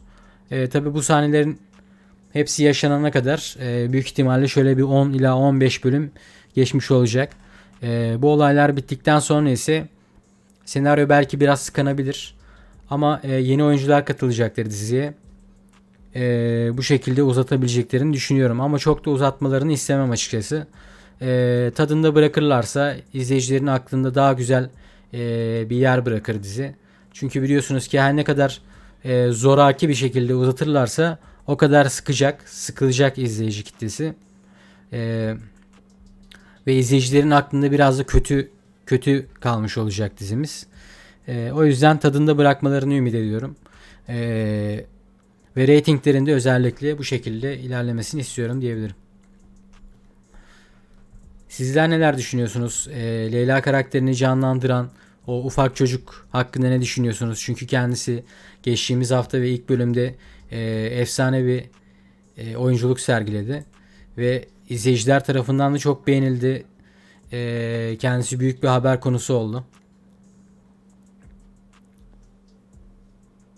Azerbaycan'a da buradan tekrar selamlar olsun. Çok seviyoruz sizleri. Arkadaşlar bu arada kanalımıza abone olmayı unutmayın lütfen. Canlı yayınımızda beğenirseniz çok mutlu olurum. Teşekkür ederim destekleriniz için. Şu ana kadar 293 oy gelmiş toplamda. %94 ile çoğu kişi diziyi beğendiğini söylemiş. %6'lık bir kısım. Çok azınlık bir oran aslında bu. Beğenmediğini söylemiş. Çok büyük bir kitle zaten diziyi beğendi ve çok büyük bir rehavet gösterildi ilk bölüm ve ikinci bölüme. Bu şekilde devam etmesini istiyoruz. İnşallah uzun süre devam eder. Biliyorsunuz ki reytingler düştüğünde bazen erken final yapılabiliyor. Ki bu dizide de erken final yapılmasını istemiyorum kesinlikle. Çünkü senaryo mükemmel, oyuncular harika. Özellikle Cemre Baysel'e zaten ben hayranım. Ki Türkiye'de de çok sağlam bir kitlesi var kendisinin. Türkiye'ye geçtim. Yurt dışında da inanılmaz bir kitlesi var. Çok sevilen bir oyuncu kendisi. Özellikle Baht oyununda çok seviyordum ben. Orada bizleri çok güldürmüştü ekranlarda. Diziyi izleme şansımız var mı? Az önce bahsettiğim gibi şöyle yapabilirsin. Direkt kendi internet sitesine bağlan. Dümdüz internet dümdüz internet sitesine bağlanırsan oradan izleyebilirsin diye düşünüyorum. Hepiniz tekrardan hoş geldiniz bu arada arkadaşlar. Kanalımıza destek olmak için abone olup canlı yayınımızı beğenmeyi unutmayın lütfen. Çok teşekkür ederim destekleriniz için. Bu hafta efsane geçecek gibi duruyor. Cino gerçekleri öğrendiğinde ortalık çok büyük karışacak. Eğer ki bir de Leyla Nur'un gerçek annesi olduğunu söylerse Cino'ya çok üzülecektir. Yani yıkılacak diye düşünüyorum ben Cino. Ve Leyla ile beraber Mali ile Nur'a yaptıklarının bedelini ağır bir şekilde ödetecek. Her ne kadar gerçek annesi olsa da Nur acıyacağını zannetmiyorum. Yani çünkü böylesine acımasız bir kadın acımayı hak etmiyor. Acınmayı hak etmiyor. Dizinin senaryosunu ben çok beğendim ve geçtiğimiz hafta da çoğu kişi bu konuyla alakalı güzel yorumlar atmış. Açıkçası bu şekilde devam ederse dizimiz çok mutlu oluruz. Yani uzun süre devam etmesini istiyoruz biliyorsunuz ki. Erken final istemiyoruz. Siz ne düşünüyorsunuz? Nur'un oyunculuğu hakkında ne düşünüyorsunuz? Özellikle biliyorsunuz ki maalesef ki böyle insanlar gerçek hayatta da mevcut. Böylesine acımasız tipler var yani maalesef. Tabii bu bir dizi senaryosu. Nur gerçek hayatta böyle bir kadın değil ama gerçek hayatta biliyorsunuz böyle acımasız insanlar mevcut. Ve insanların biraz daha bilinçlenmesini istiyoruz açıkçası bu konu hakkında. Çünkü geçtiğimiz ay ve bu ayda çok fazla arttı bu olaylar. Çocuklara olan şiddetin artmasını istemiyoruz ve artık insanların susmasını istemiyoruz. Böylesine güzel bir sosyal sorumluluk projesi altında yapılan bir dizi olması da bizleri çok mutlu etti diyebilirim. Özellikle de Cemre Baysel'in başrolde olması çok hoşumuza gitti. Aslında zaten Cemre Baysel'in başrolde olması diziye gösterilen bu ilginin alakanın neden bu kadar fazla olduğunu gösteriyor. Çünkü kendisi çok sevilen bir karakter. Hem Türkiye'den olsun hem yurt dışından olsun çok büyük bir kitlesi var kendisinin. Bir de üzerine böylesine güzel bir senaryo da başrol olarak oynaması izleyiciler tarafından çok sevildi diyebilirim. Bakalım inşallah dizimiz bugün de reytinglerde birinci sırada olursa eğer bu da demek oluyor ki dizi en az 30 bölüm kadar sürecek yani. Hepiniz tekrardan hoş geldiniz bu arada arkadaşlar. Kanalımıza abone olup canlı yayınımızı beğenmeyi unutmayın lütfen. Çok teşekkür ederim destekleriniz için. Şu ana kadar burada bulunduğunuz için. Toplamda 308 oy gelmiş. %94 ile herkes beğendiğini söylemiş. %6'lık ufak bir kısım hayır oyu atmış. Beğenmediğini söylemiş. Açıkçası çok ufak bir kısım olduğunu düşünüyorum. Beğenmeyen kesimin. Çünkü senaryo mükemmel. Başrol oyuncular mükemmel. Senaryo zaten biliyorsunuz ki çocuklara olan bu şiddetin artık azalması ve buna karşı susmamamız gerektiğini gösteren bir senaryo.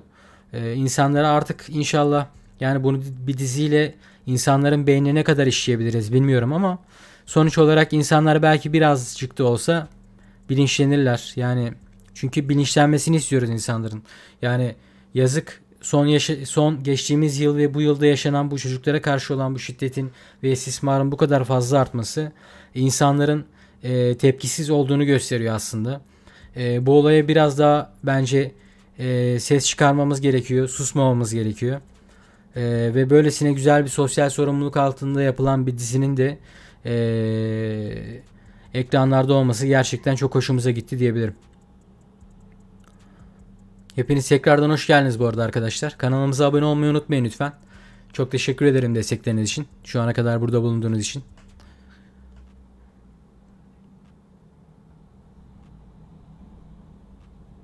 Siz neler düşünüyorsunuz?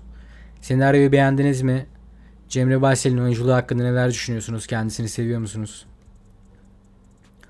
Azerbaycan'dan da çok büyük bir kitle var diziye karşı olan beğeni çok fazla. Azerbaycan'a da buradan tekrar selamlar olsun. Çok seviyoruz sizleri.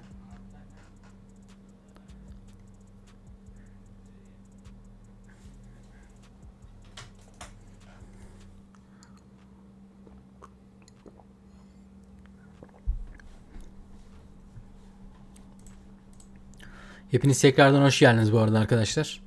Kanalımıza abone olup canlı yayınımızı beğenmeyi unutmayın lütfen. Çok teşekkür ederim destekleriniz için.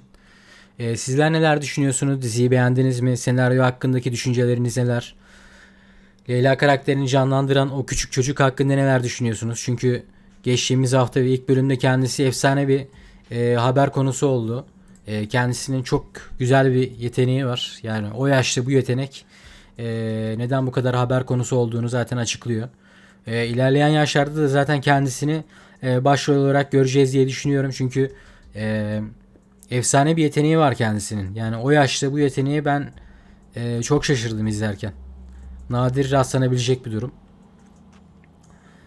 Gerçekten kendisini tebrik ediyorum ve ilerleyen yaşlarında da zaten büyük ihtimalle onu başrol olarak ekranlarda izleyeceğimizi düşünüyorum ya. Hepiniz tekrardan hoş geldiniz arkadaşlar bu arada. Kanalımıza abone olmayı unutmayın lütfen. Çok teşekkür ederim destekleriniz için. Şu ana kadar 315 oy gelmiş. Leyla dizisini beğendiniz mi diye kendi aramızda öyle bir anket yaptık. %93'te çoğu kişi beğendiğini söylemiş. %7'lik ufak bir kısım beğenmediğini söylemiş. Beğenen kesim çok daha fazla. Azerbaycan'dan çok fazla bilgi görmüş durumda dizi. Rusya'dan başka Portekiz oradan da vardı galiba. Bakalım başka neredendi hatırladığım kadarıyla. Almanya'dan da güzel ilgi topladı. Ama en çok şu anda Türkiye ve Azerbaycan'da izleniyor. Rusya'dan da izleyen bir kitle var. Özellikle zaten Cemre Baysel'in çok güzel bir kitlesi var Türkiye'de. Onu geçtim. Türkiye'de de olduğu kadar yurt dışında da çok fazla seveni var kendisinin. Bu da dizinin reytinglerini bir nebze daha arttırıyor tabi. Ve reytingler bu şekilde devam ederse eğer dizi uzun sürede devam edecektir. Biliyorsunuz ki geçtiğimiz hafta reytinglerde birinci sıraya kadar çıktı dizi. Ve bu şekilde devam ederse çok uzun süreceğini düşünüyorum dizinin. Yani bir 30 bölüm 25-30 bölüm devam edeceğini düşünüyorum. Ama eğer ki reytinglerde azalma ve düşme yaşanırsa biliyorsunuz dizi maliyetleri çok fazla arttı. Bu yüzden hatta yaz sezonunda dizi çekmediler. Bu yıl yaz dizisi çekilmedi yani. Bir tane dizi vardı. Onun haricinde dizi yapmadılar. Ama reytingler bu şekilde devam ederse final yapacağını zannetmiyorum. Ama eğer ki reytingler düşerse belki erken finale gidebilirler diye düşünüyorum. Siz neler düşünüyorsunuz? Sizce ne kadar devam eder? Ne kadar uzun sürer?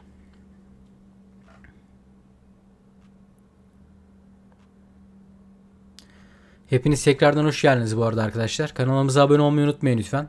Çok teşekkür ederim destekleriniz için.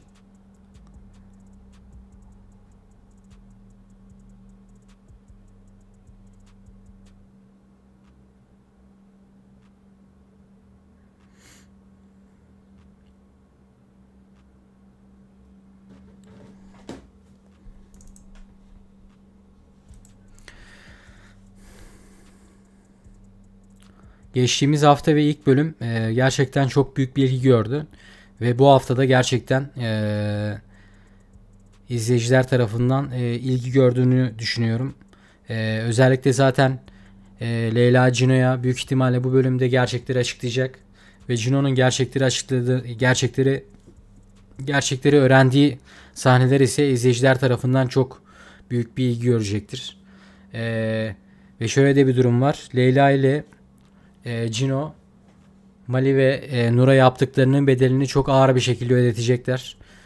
Cino, Nur'un her ne kadar gerçek annesi olduğunu öğrense de yapılan bu acımasızlıklara karşı susmayacaktır. Gerçek annesi olsa bile yaptıklarının bedelini ağır bir şekilde ödetecektir diye düşünüyorum ben. Ki izleyicilerin şu anda merak ettiği, yani en yakın bölümlerde diyeyim, Leyla ve Cino'nun çocukluk aşklarına kavuştuğu sahneleri çok fazla izlemek istiyoruz. Onun haricinde Leyla'nın Nur'dan intikamını aldığı sahneleri, yani adaletin yerini bulduğu sahneleri izlemek istiyoruz diyebilirim. Geçtiğimiz hafta bir yorum okudum. Dizilerde biliyorsunuz ki çoğu kişi yaptığı suçların, işlediği suçların bedelini ödemiyor. Ama bu dizide öyle olmayacak. Sanki başka bir evrende yaşıyorlar gibi bir yorum okudum. Hiç kimse yaptığı suçun cezasını çekmiyor gibi bir yorum okudum. Gerçekten bu yorum çok hoşuma gitti. Evet, çoğu dizide kimse yaptığı suçun cezasını çekmiyor ve insanlar da buradan belki kafalarında bir yer ediyor. Biliyorsunuz son zamanlarda yaşanan bu olaylar çok canınızı sıkmış durumda. Böylesine güzel bir sosyal sorumluluk projesi altında yapılan bir dizide olması gerçekten çok hoş olmuş. Çünkü insanların biraz daha bilinçlenmesini sağlayacaktır. Yani ne kadar bilinçlenebilir insanlar bilmiyorum ama biraz da olsa insanların gözüne bunu tekrar tekrar sokmamız gerekiyor. Çocuklara karşı yapılan bu şiddeti artık dur dememiz gerekiyor. Susmamamız gerekiyor özellikle. Çünkü çok fazla sessiz kaldığımızı düşünüyorum ben. Biz sessiz kaldıkça insanlar da bu şekilde acımasızca davranmaya ve bu kadar rahat davranmaya devam edeceklerdir diye düşünüyorum. O yüzden böylesine güzel bir senaryonun şu anda Türkiye'de vizyonda olması gerçekten çok hoşuma gitti diyebilirim. Ki zaten izleyiciler tarafından da çok güzel bir rating topladı dizi. Geçtiğimiz hafta biliyorsunuz ki 1. sıraya çıktı dizinin ratingleri. Bu şekilde devam etmesini ümit ediyoruz. İnşallah devam eder. Yani eğer ki dizi bu şekilde devam ederse çok çok uzun sürecektir diye düşünüyorum. Hepiniz bu arada hoş geldiniz arkadaşlar. Kanalımıza abone olup canlı yayınımızı beğenmeyi unutmayın lütfen. Çok teşekkür ederim destekleriniz için. Şu ana kadar burada bulunduğunuz için. Siz neler düşünüyorsunuz? Senaryoyu beğendiniz mi? Cemre Baysel'in oyunculuğu hakkında ne düşünüyorsunuz? Leyla karakterinin canlandıran o ufak çocuk, yani çocukluğunu canlandıran ufak kız hakkında neler düşünüyorsunuz? Çünkü kendisi çok büyük bir haber konusu oldu. Efsane bir oyunculuk sergiledi çünkü. İlk bölüm ve ikinci bölümde. İlerleyen yaşlarında da kendisini zaten ekranlarda göreceğimize eminim. Hatta şöyle bir 5-10 yıl sonra bir başrol oyuncu olarak bile görebiliriz kendisini. Çünkü efsane bir yetenek. Yani o yaşta bu yetenek gerçekten tartışmaya açık bile değil. Kendisini tekrar tekrar tebrik ediyorum. İzleyiciler tarafından da çok büyük bir ilgi görmüş durumda. Leyla karakterini canlandıran o küçük kız. İnşallah önü açık olur. Kendisini ilerleyen yaşlarında da başrol olarak görürüz diye düşünüyorum. Özellikle de zaten böyle böylesine güzel bir sosyal sorumluluk projesi altında yapılan bir dizi olması, senaryonun da buna özellikle vurgu yapması insanları inşallah birazcık da olsa bilinçlendirir. Ve artık çocuklara yapılan bu şiddete dur deriz diye düşünüyorum ve susmamamız gerektiğini gösteren bir dizi aslında bu. Yani sessiz kalmamamız gerekiyor. Çünkü biliyorsunuz ki bizim halkımız bazı konularda çok sessiz kalıyor ve bundan da insanlar yüz bulabiliyorlar. İşledikleri suçların cezasını çekmeyen insan çok fazla. Bu yüzden artık bu olayların bitmesini istiyoruz. Böyle de güzel bir diziyle insanların bunu tekrar tekrar gözüne sokmaları benim açıkçası çok hoşuma gitti diyebilirim.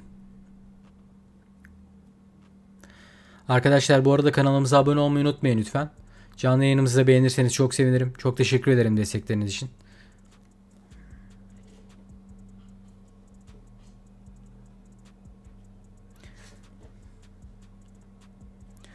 Bu hafta Cino Bu hafta Leyla Cino'ya gerçekleri açıklayacak. Ve Cino gerçekleri öğrendiğinde ise yıllardır gerçek annesinin yanında üvey evlat gibi yaşadığını öğrendiğinde gerçekten çok yıkılacaktır. Biliyorsunuz ki belki bilmeyenleriniz vardır. Aslında Cino Nur'un gerçek oğlu. Ve Nur öyle o kadar acımasız bir kadın ki öz oğlunu evlatlık olarak kendi evine alıp onun üvey oğlu olduğunu göstermiş. Yani bu konu hakkında diyecek sözüm bile yok yani. Çünkü Nur her ne kadar tabii ki de bir dizi karakteri olmuş olsa da maalesef ki gerçek hayatta da böyle insanlar mevcut. Yani bu insanlara karşı artık susmamamız gerekiyor. Yapılan bu geçtiğimiz ayda ve bu ayda da özellikle yaşanan bu olaylardan sonra artık susmamamız gerekiyor. İnsanların biraz daha bilinçlenmesi gerekiyor diye düşünüyorum ben. Özellikle böylesine güzel bir diziyle de bunu insanların tekrar tekrar gözüne sokmaları bence çok hoş olacak. İnsanlar inşallah biraz bilinçlenir ve bu konulara artık susmamamız gerektiğini anlamış oluruz diye düşünüyorum. Arkadaşlar bu arada kanalımıza abone olmayı unutmayın lütfen. Canlı yayınımızı da beğenirseniz çok sevinirim. Çok teşekkür ederim destekleriniz için.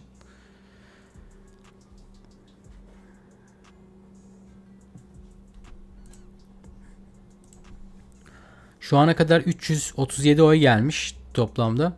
%93 oyla çoğu kişi diziyi beğendiğini söylüyor.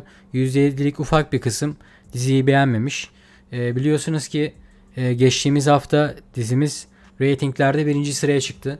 Ve inşallah böyle devam eder diyorum ben. Çünkü eğer ki reytingler bu seviyede devam ederse dizimiz çok uzun soluklu olacaktır. Çok uzun sürecektir. Ama ani düşüşler yaşanırsa eğer biliyorsunuz dizi çekimleri çok maliyetli oluyor. Hatta bu yüzden yazda da dizi çekilmedi. Yaz dizilerimiz meşhurdur bizim Türkiye'de. Ama artan maliyetlerden dolayı bu yaz dizi yapılmadı. Bir tane dizi vardı. Onun haricinde dizi yapmadılar. O yüzden inşallah reytinglerin bu şekilde devam etmesini istiyoruz. İnşallah reytingler düşmez ve uzun süre devam eder. Çünkü dizinin konusu mükemmel ve başrolde de Cemre Baysel gibi güzel bir kadın var. Güzel bir oyuncu var. Kendisi Türkiye'de çok seviliyor. Yurt dışında da bir o kadar seviliyor. Ki zaten reytinglerin de neden bu kadar yüksek olduğunu gösteriyor bize bu durum. Cemre Baysel benim çok sevdiğim bir oyuncu. Kendisi yıllardır takip ettiğim bir oyuncu. Kendisine hayranım ki zaten çok büyük bir hayran kitlesi var Türkiye'de de. O yüzden zaten reytinglerde birinci sırada şu anda dizimiz. Ama tabii ki de tek sebebi bu değil. Diğer oyuncular da güzel oyuncular var dizide. Sadece Cemre Baysel'i ele alarak konuşmamak gerekiyor. Oyuncularımız harika.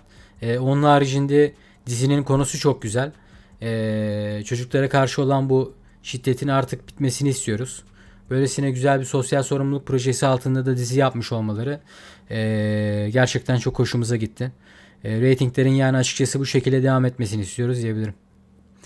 Arkadaşlar kanalımıza abone olup canlı yayınımızı beğenmeyi unutmayın lütfen. Çok teşekkür ederim destekleriniz için. Şu ana kadar burada bulunduğunuz için. Sizler neler düşünüyorsunuz? İlk bölümü ve ikinci bölümü beğendiniz mi? Azerbaycan'a da buradan tekrar selamlar olsun. Sizleri çok seviyoruz. Çünkü Azerbaycan'dan da diziye çok büyük bir ilgi geldi. Onun haricinde zaten kendileri çoğu Türk dizisini çok beğeniyorlar. Azerbaycan'dan çok büyük bir kitle toplanıyor. Geçtiğimiz haftada reytinglerde birinci sıraya çıkmasının en büyük sebeplerinden birisi de aslında Azerbaycan'dan gelen kitlenin yoğunluğundan dolayı olması. Tekrar Azerbaycan'a selamlar söylüyorum buradan. Çok seviyoruz sizleri. Bu hafta Cino arkadaşlar Leyla Cino'ya gerçekleri açıklayacak inşallah. Ve Cino Nur'un gerçek annesi olduğunu öğrendiğinde ise çok büyük yıkılacaktır. Çünkü annesi, gerçek annesi olarak bildiği kadının yanında üvey evlat olarak yaşıyor yıllardır. Yani kendimi onun yerine koyuyorum. Aslında gerçek annem yanımda ama ben üvey evlat olarak yaşıyorum onun yanında yıllardır. Çok kötü bir durum. Yani gerçekleri öğrendiğinde Juno çok yıkılacaktır diye düşünüyorum. Azerbaycan'dan ben de izliyorum. Süper dizi. Arzu Hanım hoş geldiniz bu arada. Tekrardan hoş geldiniz. Azerbaycan'a tekrar selamlar olsun. Çok seviyoruz sizleri. Geçtiğimiz hafta biliyorsunuz ki reytinglerde birinci sıraya çıktı dizimiz. Azeri dostlarımız da çok beğenmiş diziyi ve oradan da çok büyük bir izleyici kitlesi geldi açıkçası. Aslında reytinglerde neden birinci sıraya çıktığını açıklıyor bu durum bize. Özellikle Leyla karakterinin küçüklük hali, yani o ufak kızın oyunculuğu çok fazla konu oldu. Kendisi efsane bir yetenek. İzleyiciler tarafından çok beğenildi oyunculuğu.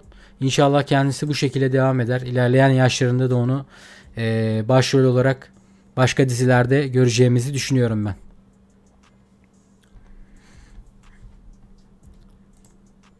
Hepiniz tekrardan hoş geldiniz arkadaşlar bu arada.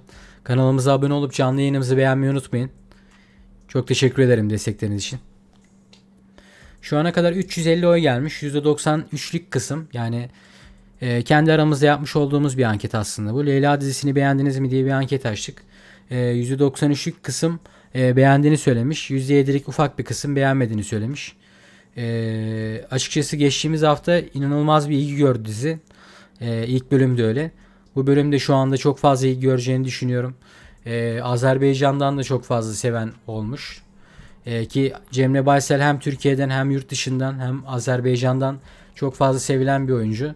Onun haricinde böylesine güzel bir senaryoda da başrol olarak yer alması izleyicilerin çok hoşuna gitmiş diye düşünüyorum. Azerbaycan'a da tekrar buradan selamlar olsun.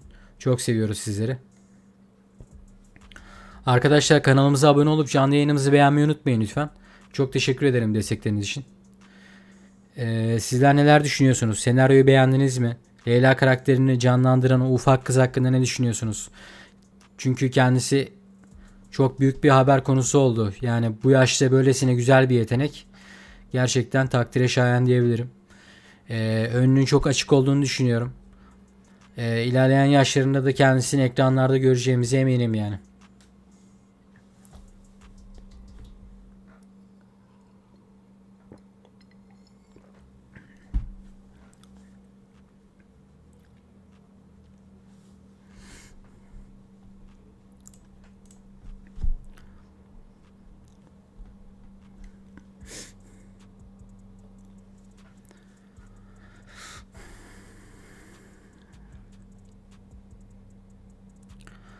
Arkadaşlar bu bölümde Juno büyük ihtimalle gerçekleri öğrenecek. Leyla Juno'ya gerçekleri açıklayacak.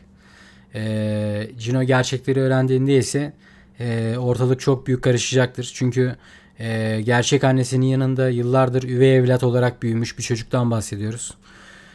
Nur biliyorsunuz ki, belki bilmeyenleriniz vardır. Nur aslında Juno'nun gerçek annesi.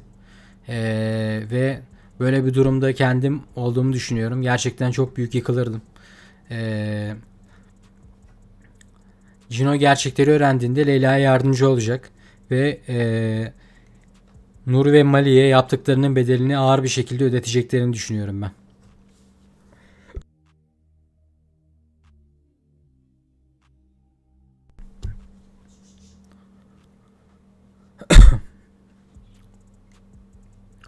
Hepiniz tekrardan hoş geldiniz bu arada arkadaşlar. Kanalımıza destek olmak için abone olup canlı yayınımızı beğenmeyi unutmayın lütfen. Çok teşekkür ederim destekleriniz için. Sizler ne düşünüyorsunuz? Beğendiniz mi geçtiğimiz bölümü, bu bölümü? Oyuncular hakkında neler düşünüyorsunuz? Cemre Baysel'i beğeniyor musunuz? Çünkü kendisinin hem Türkiye'den hem yurt dışından çok sağlam bir destekçisi var, takipçisi var. Ve bu da dizinin izlenme sayılarına aslında yansımış durumda. Bir yerde de aslında dizinin senaryosu da çok güzel. Değinmek istedikleri konu biliyorsunuz ki çocuklara olan Çocuklara karşı olan bu şiddetin artık bitmesi ve sessiz kalmamamız gerektiğini gösteren bir dizi.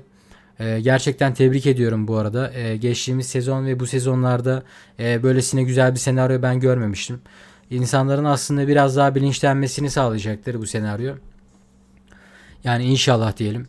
Her ne kadar bir dizi olmuş olsa da en azından insanların biraz daha gözüne tekrar tekrar bu konuları sokup da insanların bilinçlenmesini sağlayacağını düşünüyorum. Bir nebze de olsa diyeyim yani. Tabii Nur gibi insanlar gerçek hayatta da var. Nur her ne kadar dizi karakteri olmuş olsa da yani gerçek hayatta tabii ki de kendisi öyle bir insan değil. Ama gerçek hayatta maalesef ki bu tarz insanlar mevcut ve bu karaktere sahip olan insanlar var. Acıma duygusu olmayan, hiçbir şekilde kendinden başka kimseyi düşünmeyen insanlar mevcut.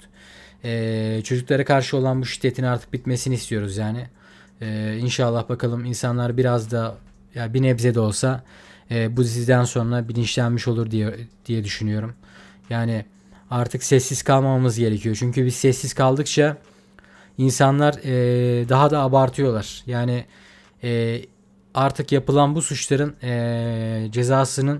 cezasız kalmasını istemiyoruz. Çünkü biliyorsunuz ki dizilerin çoğunda insanlar ne suçlar işliyorlar ve hiçbir şekilde cezasız bir şekilde dizide oynamaya devam ediyorlar. Yani sanki başka bir evrende yaşıyorlarmış gibi gösteriliyor insanlara. Aslında ben bunun doğru olduğunu düşünmüyorum. Yani insanlara aslında burada da biraz şey gibi görünüyor bu durum. Yani aslında gerçek hayatta da aynı şekilde insanlar bir sürü suç işliyorlar ve ellerini kollarını sallayarak hala yaşamaya ve rahatlıkla takılmaya devam ediyorlar. Ve bu durum artık çok rahatsız etmiş durumda aslında Türk halkını. Hatta 2 gün önce yaşanan polis memuru olayını da biliyorsunuzdur. Tekrar tekrar bahsedip de canınızı sıkmak istemem ama artık bu adalet sistemine tekrardan bir el atılması gerekiyor diye düşünüyorum ben. Çünkü insanlar suçlarının cezasını çekmedikçe herkes rahatlıkla suç işlemeye devam edecek ve bu durumda gerçekten benim canımı çok sıkıyor. Özellikle çocuklara karşı yapılan bu şiddet ve istismarın artması bu son zamanlarda gerçekten çok üzücü bir durum.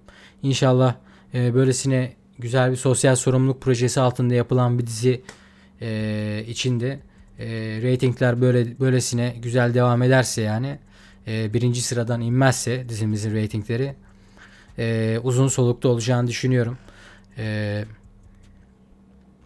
Yani şöyle bir 30 bölüm kadar izleriz diye düşünüyorum yani. Ama eğer ki reytingler ani düşüşler yaşarsa yani izleyici tarafından talep görmezse ama göreceğini düşünüyorum ben. Çünkü geçtiğimiz hafta reytinglerde birinci sıraya çıktıysa eğer en azından bu sekansa devam edecektir diye düşünüyorum. Bakalım neler yaşanacak. Merakla bekliyoruz. Arkadaşlar bu arada hepiniz tekrardan hoş geldiniz. Kanalımıza abone olup canlı yayınımızı beğenmeyi unutmayın lütfen. Çok teşekkür ederim destekleriniz için.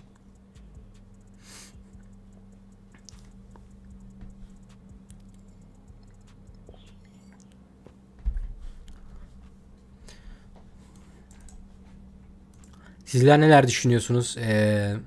Leyla karakterini canlandıran o küçük kız hakkında ne düşünüyorsunuz? Kendisi çünkü geçtiğimiz hafta biliyorsunuz ki çok güzel bir oyunculuk sergiledi. Onun haricinde Leyla ve Cino'nun çocukluk aşklarını yaşadıkları sahneleri çok merakla bekliyoruz. Cino'nun gerçekleri öğrendikten sonra Nur ve Mali'den intikamını almasını istiyoruz. Özellikle Leyla ve Cino ikisi beraber birlik olarak Nur ve Mali'ye yaptıklarının bedelini ağır bir şekilde ödetirlerse eğer çok daha güzel olur. Çünkü şöyle bir durum var. Cino biliyorsunuz ki Nur'un gerçek oğlu aslında. Ama yıllardır Nur'un yanında üvey evlat olarak yaşamış. Kendimi yani onun yerine koyuyorum. Gerçekten çok sıkıntılı bir durum. Cino gerçekleri öğrendiğinde çok büyük bir yıkılma yaşayacaktır yani çok üzülecektir diye düşünüyorum. Arkadaşlar hepiniz tekrardan hoş geldiniz. Kanalımıza abone olup canlı yayınımızı beğenmeyi unutmayın lütfen. Çok teşekkür ederim destekleriniz için. Bu arada Azerbaycan'a da buradan tekrar selamlar olsun. Çok seviyoruz sizleri. Geçtiğimiz hafta reytinglerde birinci sıraya çıkmasının da sebeplerinden birisi de aslında o. Azerbaycan'dan da çok fazla bir ilgi görmüş durumda dizi. Oradan da güzel bir izleyici kitlesi geldi aslında. Cemre Baysel'i de aslında Türkiye'de her ne kadar seviliyorsa Cemre Baysel, Azerbaycan'da da öyle, yurt dışında da çok fazla izleyici kitlesi topluyor kendisi. Yani reytinglerin aslında artışlarından en büyük sebeplerinden birisi de başrolde onun olmasıdır. Ve dizinin senaryosunun da böylesine güzel ve sosyal sorumluluk projesi altında yapılan bir dizi olması ilgi ve alakayı arttırmış diye düşünüyorum ben. İnşallah bu şekilde de devam eder. Çünkü uzun süre devam etmesini istiyorum dizinin. Çoğu izleyici de final yapmasını istemiyor dizinin. Biliyorsunuz ki böylesine güzel bir dizi erken final yaparsa eğer biraz tatsız olur, can sıkıcı olur. Bakalım neler yaşanacak. Ratingler eğer ki bu şekilde devam ederse ben en az 30 bölüm izleyeceğimizi düşünüyorum. Erken finale gitmez ama ratinglerde ani düşüşler yaşanırsa eğer hiç belli olmaz yani. Belki 10. bölümü bile göremeyebilir dizimiz. Ama bu şekilde bu sekansla devam ederse şu anda ratingler dizinin final yapacağını zannetmiyorum. Yani senaryo aslında güzel ve uzun soluklu tutabilecek bir senaryo. Yani Nur ve Mali'nin cezalarını çektikleri, adaletin yerini bulduğu sahneler falan derken bunların hepsi yaşanmış olduğu halini düşünüyorum. Yani hepsi bence totalde bir 10 ila 15 bölüm kadar sürmüş olacak zaten. Onun haricinde diziye belki yeni oyuncular katılır, yeni karakterler gelir. Ki dizinin konusu harika olduğu için hiçbir oyuncunun da reddedeceğini zannetmiyorum. Cemre Baysel gibi güzel bir oyuncunun zaten başrolde olduğu bir kadroya bence çoğu oyuncu da katılmak ister diye düşünüyorum.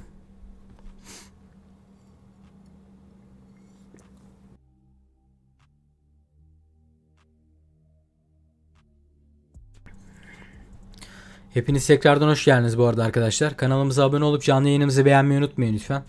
Çok teşekkür ederim destekleriniz için. Bu arada tekrar Azerbaycan'a selamlar söylüyorum. Sefakat Hüseyinova.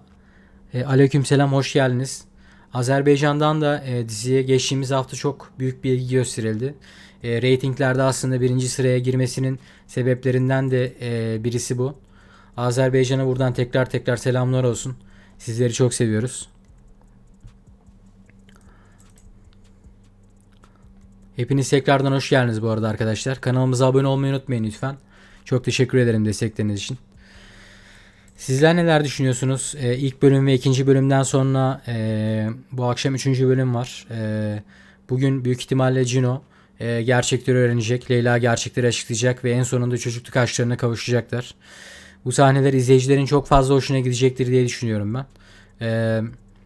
Sonrasında Cino ve Leyla Nur ve Mali'ye yaptıklarının bedelini ağır bir şekilde ödeteceklerdir. Ve bu sahnelerde izleyicilerin çok hoşuna gidecek diye düşünüyorum. Biliyorsunuz ki aslında Cino Nur'un öz oğlu, yani gerçek oğlu. Ama şu anda Cino üvey evlat olarak edinildiğini biliyor ve gerçekleri öğrendiğinde de çok büyük bir yıkılma yaşayacaktır. Çok üzülecektir diye düşünüyorum. Bakalım neler yaşanacak. Leyla gerçekleri açıklayacak ama belki Nur'un gerçek annesi olduğunu hemen söylemeyebilir. Ama benim düşünceme göre Nur'un aslında gerçek annesi olduğunu söyleyecek ve ikisi beraber Mali ve Nur'a yaptıklarının bedelini ağır bir şekilde ödetecekler diye düşünüyorum. Ve izleyiciler bu sahneleri şu anda heyecanla bekliyorlar diye düşünüyorum. Hepiniz tekrardan hoş geldiniz bu arada arkadaşlar. Kanalımıza abone olup canlı yayınımızı beğenmeyi unutmayın lütfen. Çok teşekkür ederim destekleriniz için. Azerbaycan'a da tekrar selamlar olsun. Çok seviyoruz sizleri.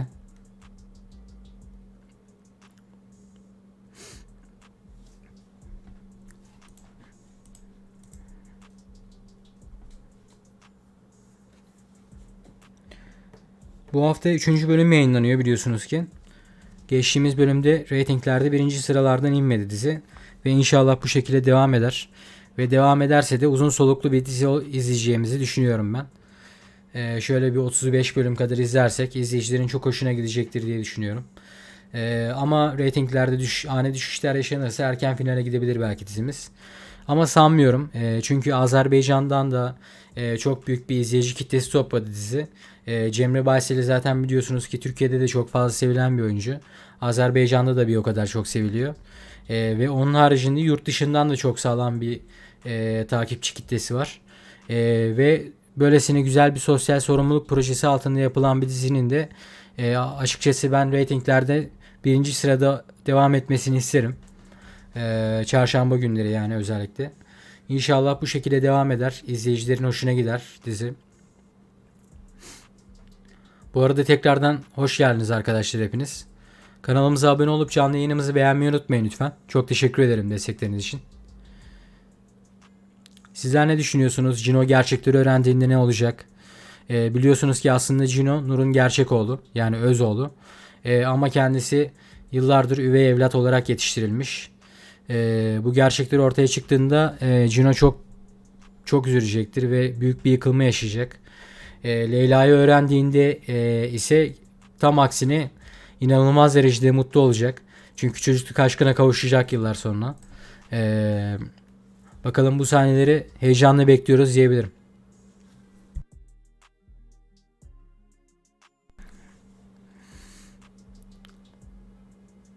Hepiniz hoş geldiniz. Arkadaşlar kanalımıza abone olup canlı yayınımızı beğenmeyi unutmayın lütfen. Çok teşekkür ederim destekleriniz için. Şu ana kadar toplamda 374 oy gelmiş. Leyla dizisini beğendiniz mi diye kendi aramızda bir anket açtık. %93 oyla herkes beğendiğini söylüyor. %7'lik ufak bir kısım beğenmediğini söylemiş.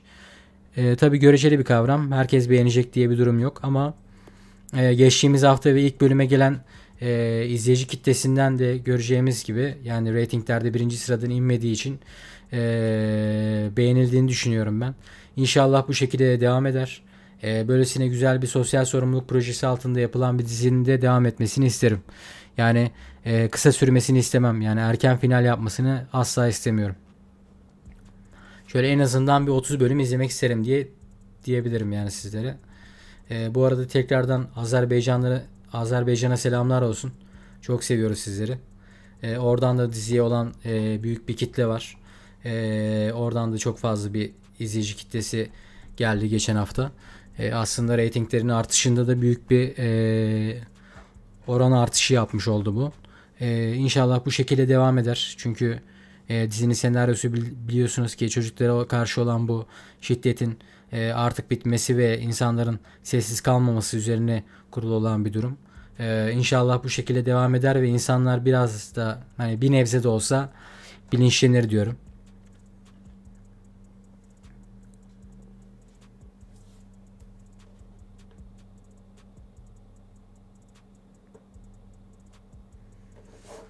Hepiniz tekrardan hoş geldiniz bu arada arkadaşlar. Kanalımıza abone olup canlı yayınımızı beğenmeyi unutmayın lütfen. Çok teşekkür ederim destekleriniz için. Nur'a çok kötü eleştiriler gelmiş geçtiğimiz hafta ve ilk bölümde. Hem de bayağı kötü eleştiriler gelmiş.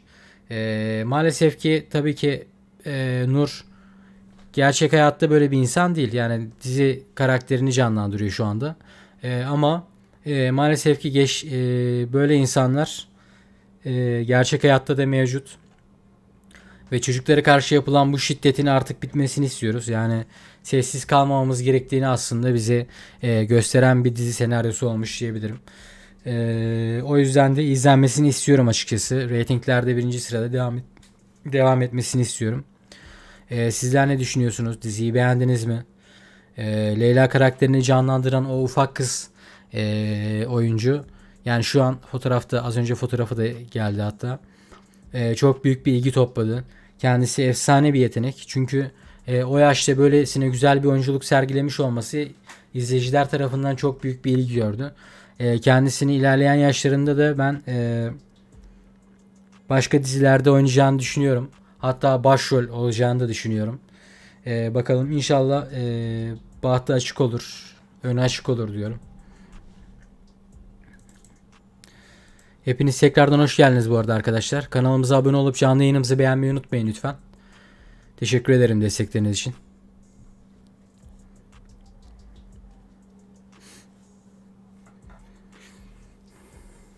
Azerbaycan'a da selamlar olsun tekrar. Çok seviyoruz sizleri. Çünkü diziye sağlam bir kitle gelmiş Azerbaycan'dan. Biliyorum ki Türkiye'de Cemre Baysel ne kadar seviliyorsa bir o kadar da Azerbaycan'da da seviliyor. Belli ki. Onun haricinde yurt dışında da kendisinin çok sağlam bir izleyici kitlesi var. Takipçi kitlesi var. Bu kitlenin hepsi zaten şu anda bu diziye toplanmış durumda. Ve böylesine güzel bir sosyal sorumluluk projesi altında yapılan dizi olması da, yani senaryonun bu kadar güzel olması da reytinglerde neden birinci sıraya çıktığını aslında bizlere açıklamış oluyor. Reytinglerin bu şekilde devam etmesini istiyoruz. Birinci sıradan inmesini istemiyoruz açıkçası. Bir nebze de olsa belki insanların gözüne tekrar soktukça bir şeyleri, insanlar bilinçlenir. Adaletin yerini bulduğunu da göreceğiz bu arada. Yani Nur ve Mali'nin yaptıklarının bedelini ağır bir şekilde ödediği sahneleri sabırsızlıkla bekliyorum diyebilirim ben. Bakalım neler yaşanacak. Heyecanla bekliyoruz. Özellikle Cino'nun gerçekleri öğrendiği sahneleri merakla bekliyorum. Leyla biliyorsunuz ki gerçekleri açıklayacak Cino'ya yakında. Özellikle zaten büyük ihtimalle bu bölümde açıkladı. Bu bölümde öğrenmiş olmasa da büyük ihtimalle önümüzdeki bölümde Leyla Cino'ya bütün gerçekleri açıklayacak. Ve şöyle de bir durum var. Cino gerçekleri öğrendiğinde çok büyük bir yıkılma yaşayacaktır. Çok üzülecektir. Çünkü biliyorsunuz aslında Cino Nur'un gerçek oğlu. Ama kendisi üvey evlat olduğunu düşünüyor. Yani öyle biliyor yani. Kendimi onun yerine koyuyorum. Çok kötü hissederdim büyük ihtimalle. Kendisi çok üzülecektir. Ve Leyla ile beraber Nur ile Mali'ye yaptıklarının bedelini ağır bir şekilde ödetecek diye düşünüyorum ben.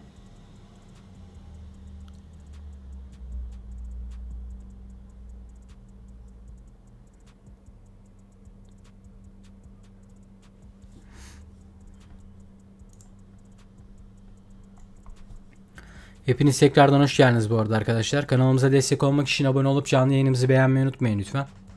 Çok teşekkür ederim destekleriniz için.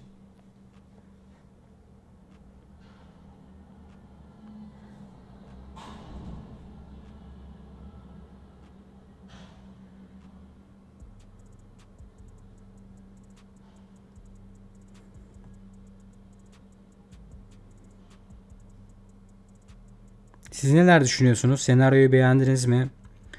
Geçtiğimiz hafta çünkü güzel bir ilgi geldi diziye.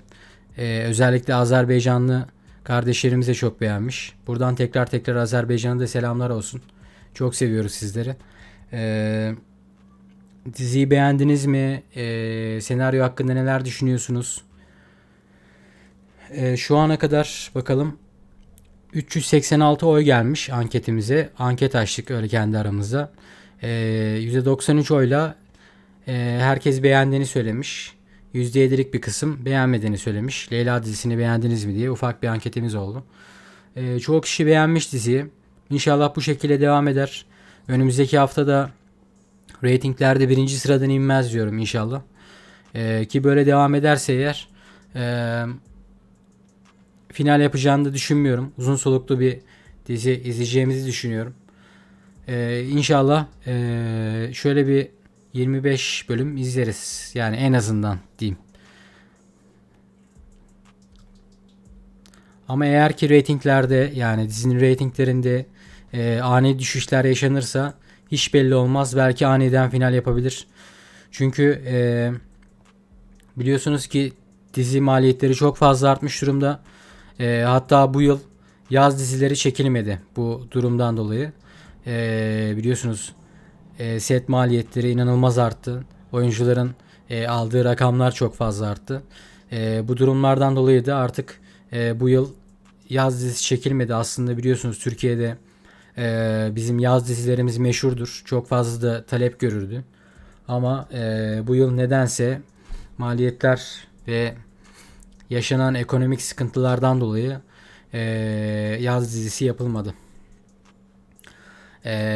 Bunun da sebeplerinden birisi aslında yaz dizilerinin kısa süreli devam etmesi. Yani 10 ila 15 bölüm maksimum sürüyordu. O yüzden belki de yapmak istemediler.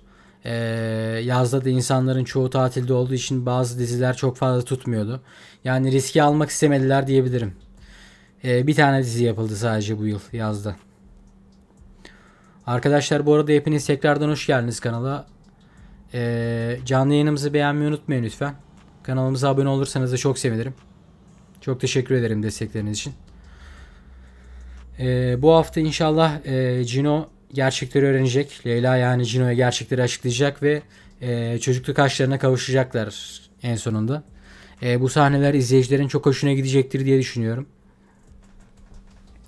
Onun haricinde Leyla ve Cino Nur ve Mali'ye yaptıklarının bedelini ağır bir şekilde ödetecekler. Cino her ne kadar gerçek annesi olduğunu öğrense de bu tarz acımasızlıklara karşı sessiz kalmayacaktır diye düşünüyorum. Her ne kadar gerçek annesi olsa bile yani cezasını çekmesini isteyecektir. Yaptıklarının bedelini ağır bir şekilde ödemesini isteyecektir diye düşünüyorum yani. Ki izleyiciler de şu anda bu sahneleri merakla bekliyorlar. Bakalım neler yaşanacak. Özellikle Leyla ve Cino'nun çocukluk aşkına kavuştuğu yani bu efsanevi aşkın doğuşunu izlemek için sabırsızlanıyorum diyebilirim.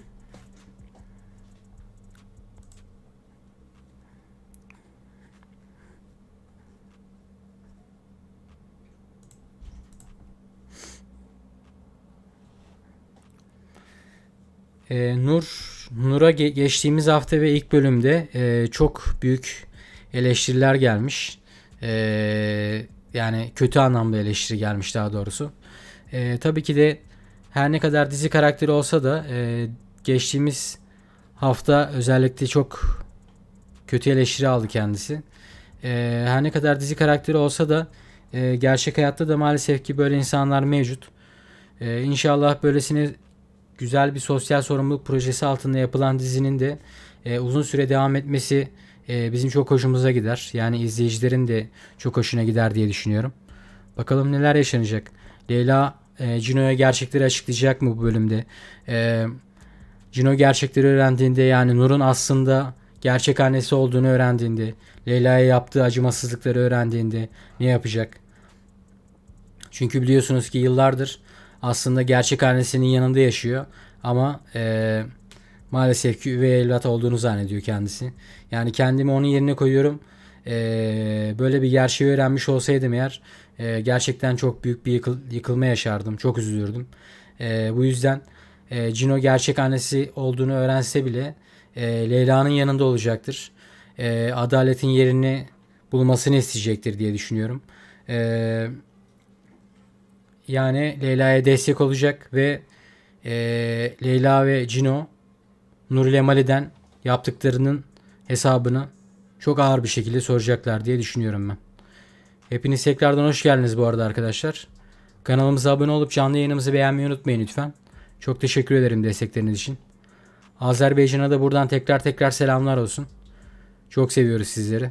Geçtiğimiz hafta Azerbaycan'dan da çok büyük bir izleyici kitlesi toplanmış diziye karşı. Olan reytinglerinde aslında belli bir kısmını Azeri arkadaşlarımız, Azeri kardeşlerimiz tarafından sağladık. Ve dizi birinci sıraya çıktı geçtiğimiz hafta reytinglerde. İnşallah önümüzdeki bölümden itibaren de bu şekilde devam eder. Çünkü uzun süre devam etmesini istiyoruz. Güzel bir dizi. Senaryosu mükemmel. Senaristlerin de eline koluna emeğine sağlık diyorum. Her ne kadar yurt dışından uyarlama bir dizi olmuş olsa da sonuç olarak senaryo çok güzel. Birebir de aynı şekilde yapılmadığı için senaristler ufak tefek kalem oynatmaları yapıyorlar. Yani sonuç olarak birebir aynı diziyi buraya uyarlamıyorlar. İnşallah bakalım Leyla ve Cino'nun Nur ve Mali'den intikamını aldığı sahneleri bekliyorum. Çok güzel olacak o sahneler. Özellikle de Leyla'nın Cino'ya çocukluk aşkı olduğunu söylediği sahneleri izleyiciler merakla bekliyorlar. Hepiniz tekrardan hoş geldiniz arkadaşlar. Kanalımıza abone olup canlı yayınımızı beğenmeyi unutmayın lütfen. Çok teşekkür ederim destekleriniz için. Azerbaycan'a da tekrar selamlar yolluyorum buradan. Çok seviyorum sizleri.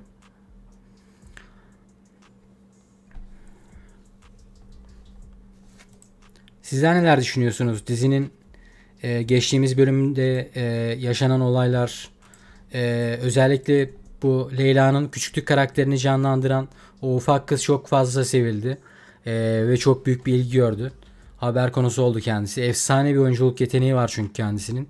Ve inşallah ilerleyen yaşlarında da bu şekilde devam eder. Kendisini ben ilerleyen yaşlarında başrol olarak göreceğimizi düşünüyorum. Çünkü bu yaşta böylesine güzel bir yetenek takdir edilmeli diye düşünüyorum yani. Arkadaşlar bu arada kanalımıza abone olup canlı yayınımızı beğenmeyi unutmayın lütfen. Çok teşekkür ederim destekleriniz için.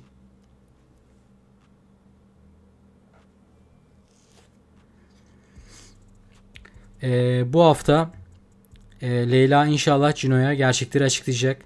Çocukluk aşkına kavuşacak. Bu hafta gerçekleri ortaya çıkmasa bile önümüzdeki bölümde Cino bütün gerçekleri öğrenecek. Gerçekleri ortaya çıktığında ise Leyla ile Cino Nur ve Mali'den yaptıklarının hesabını ağır bir şekilde soracaklar. Adalet yerini bulacaktır. Aşk yaşanacak. Yani Cino ile Leyla'nın çocukluk aşklarını yaşadığı sahneler efsane olacaktır diye düşünüyorum. Bakalım neler yaşanacak, heyecanla bekliyoruz. Şu ana kadar toplamda 400 oy gelmiş. 400 oyun %93'lük kısmı evet oyu atılmış. %7'lik ufak bir kısımda hayır oyu atmış. Çoğu kişi diziyi beğenmiş. İnşallah bu şekilde devam eder. Uzun sürede devam etmesini istiyoruz diyebilirim. Arkadaşlar kanalımıza abone olup canlı yayınımızı beğenmeyi unutmayın lütfen. Bugünlük benden bu kadardı. Çok teşekkür ederim şu ana kadar izlediğiniz ve bana destek olduğunuz için. Azerbaycan'a da tekrar selamlar yolluyorum buradan. Çok seviyorum sizleri. İnşallah önümüzdeki bölüm ve geçtiğimiz bölüm gibi bu bölümde reytinglerde yüksek rakamlara ulaşır dizimiz. Böylesine güzel bir sosyal sorumluluk projesi altında yapılan dizinin açıkçası izlenmesini isterim ben. Bakalım neler yaşanacak. Şu ana kadar burada bulunan herkese çok teşekkür ederim arkadaşlar. Kanalımıza abone olup canlı yayınımızı beğenmeyi unutmayın lütfen. Çok teşekkür ederim destekleriniz için. İyi akşamlar diliyorum.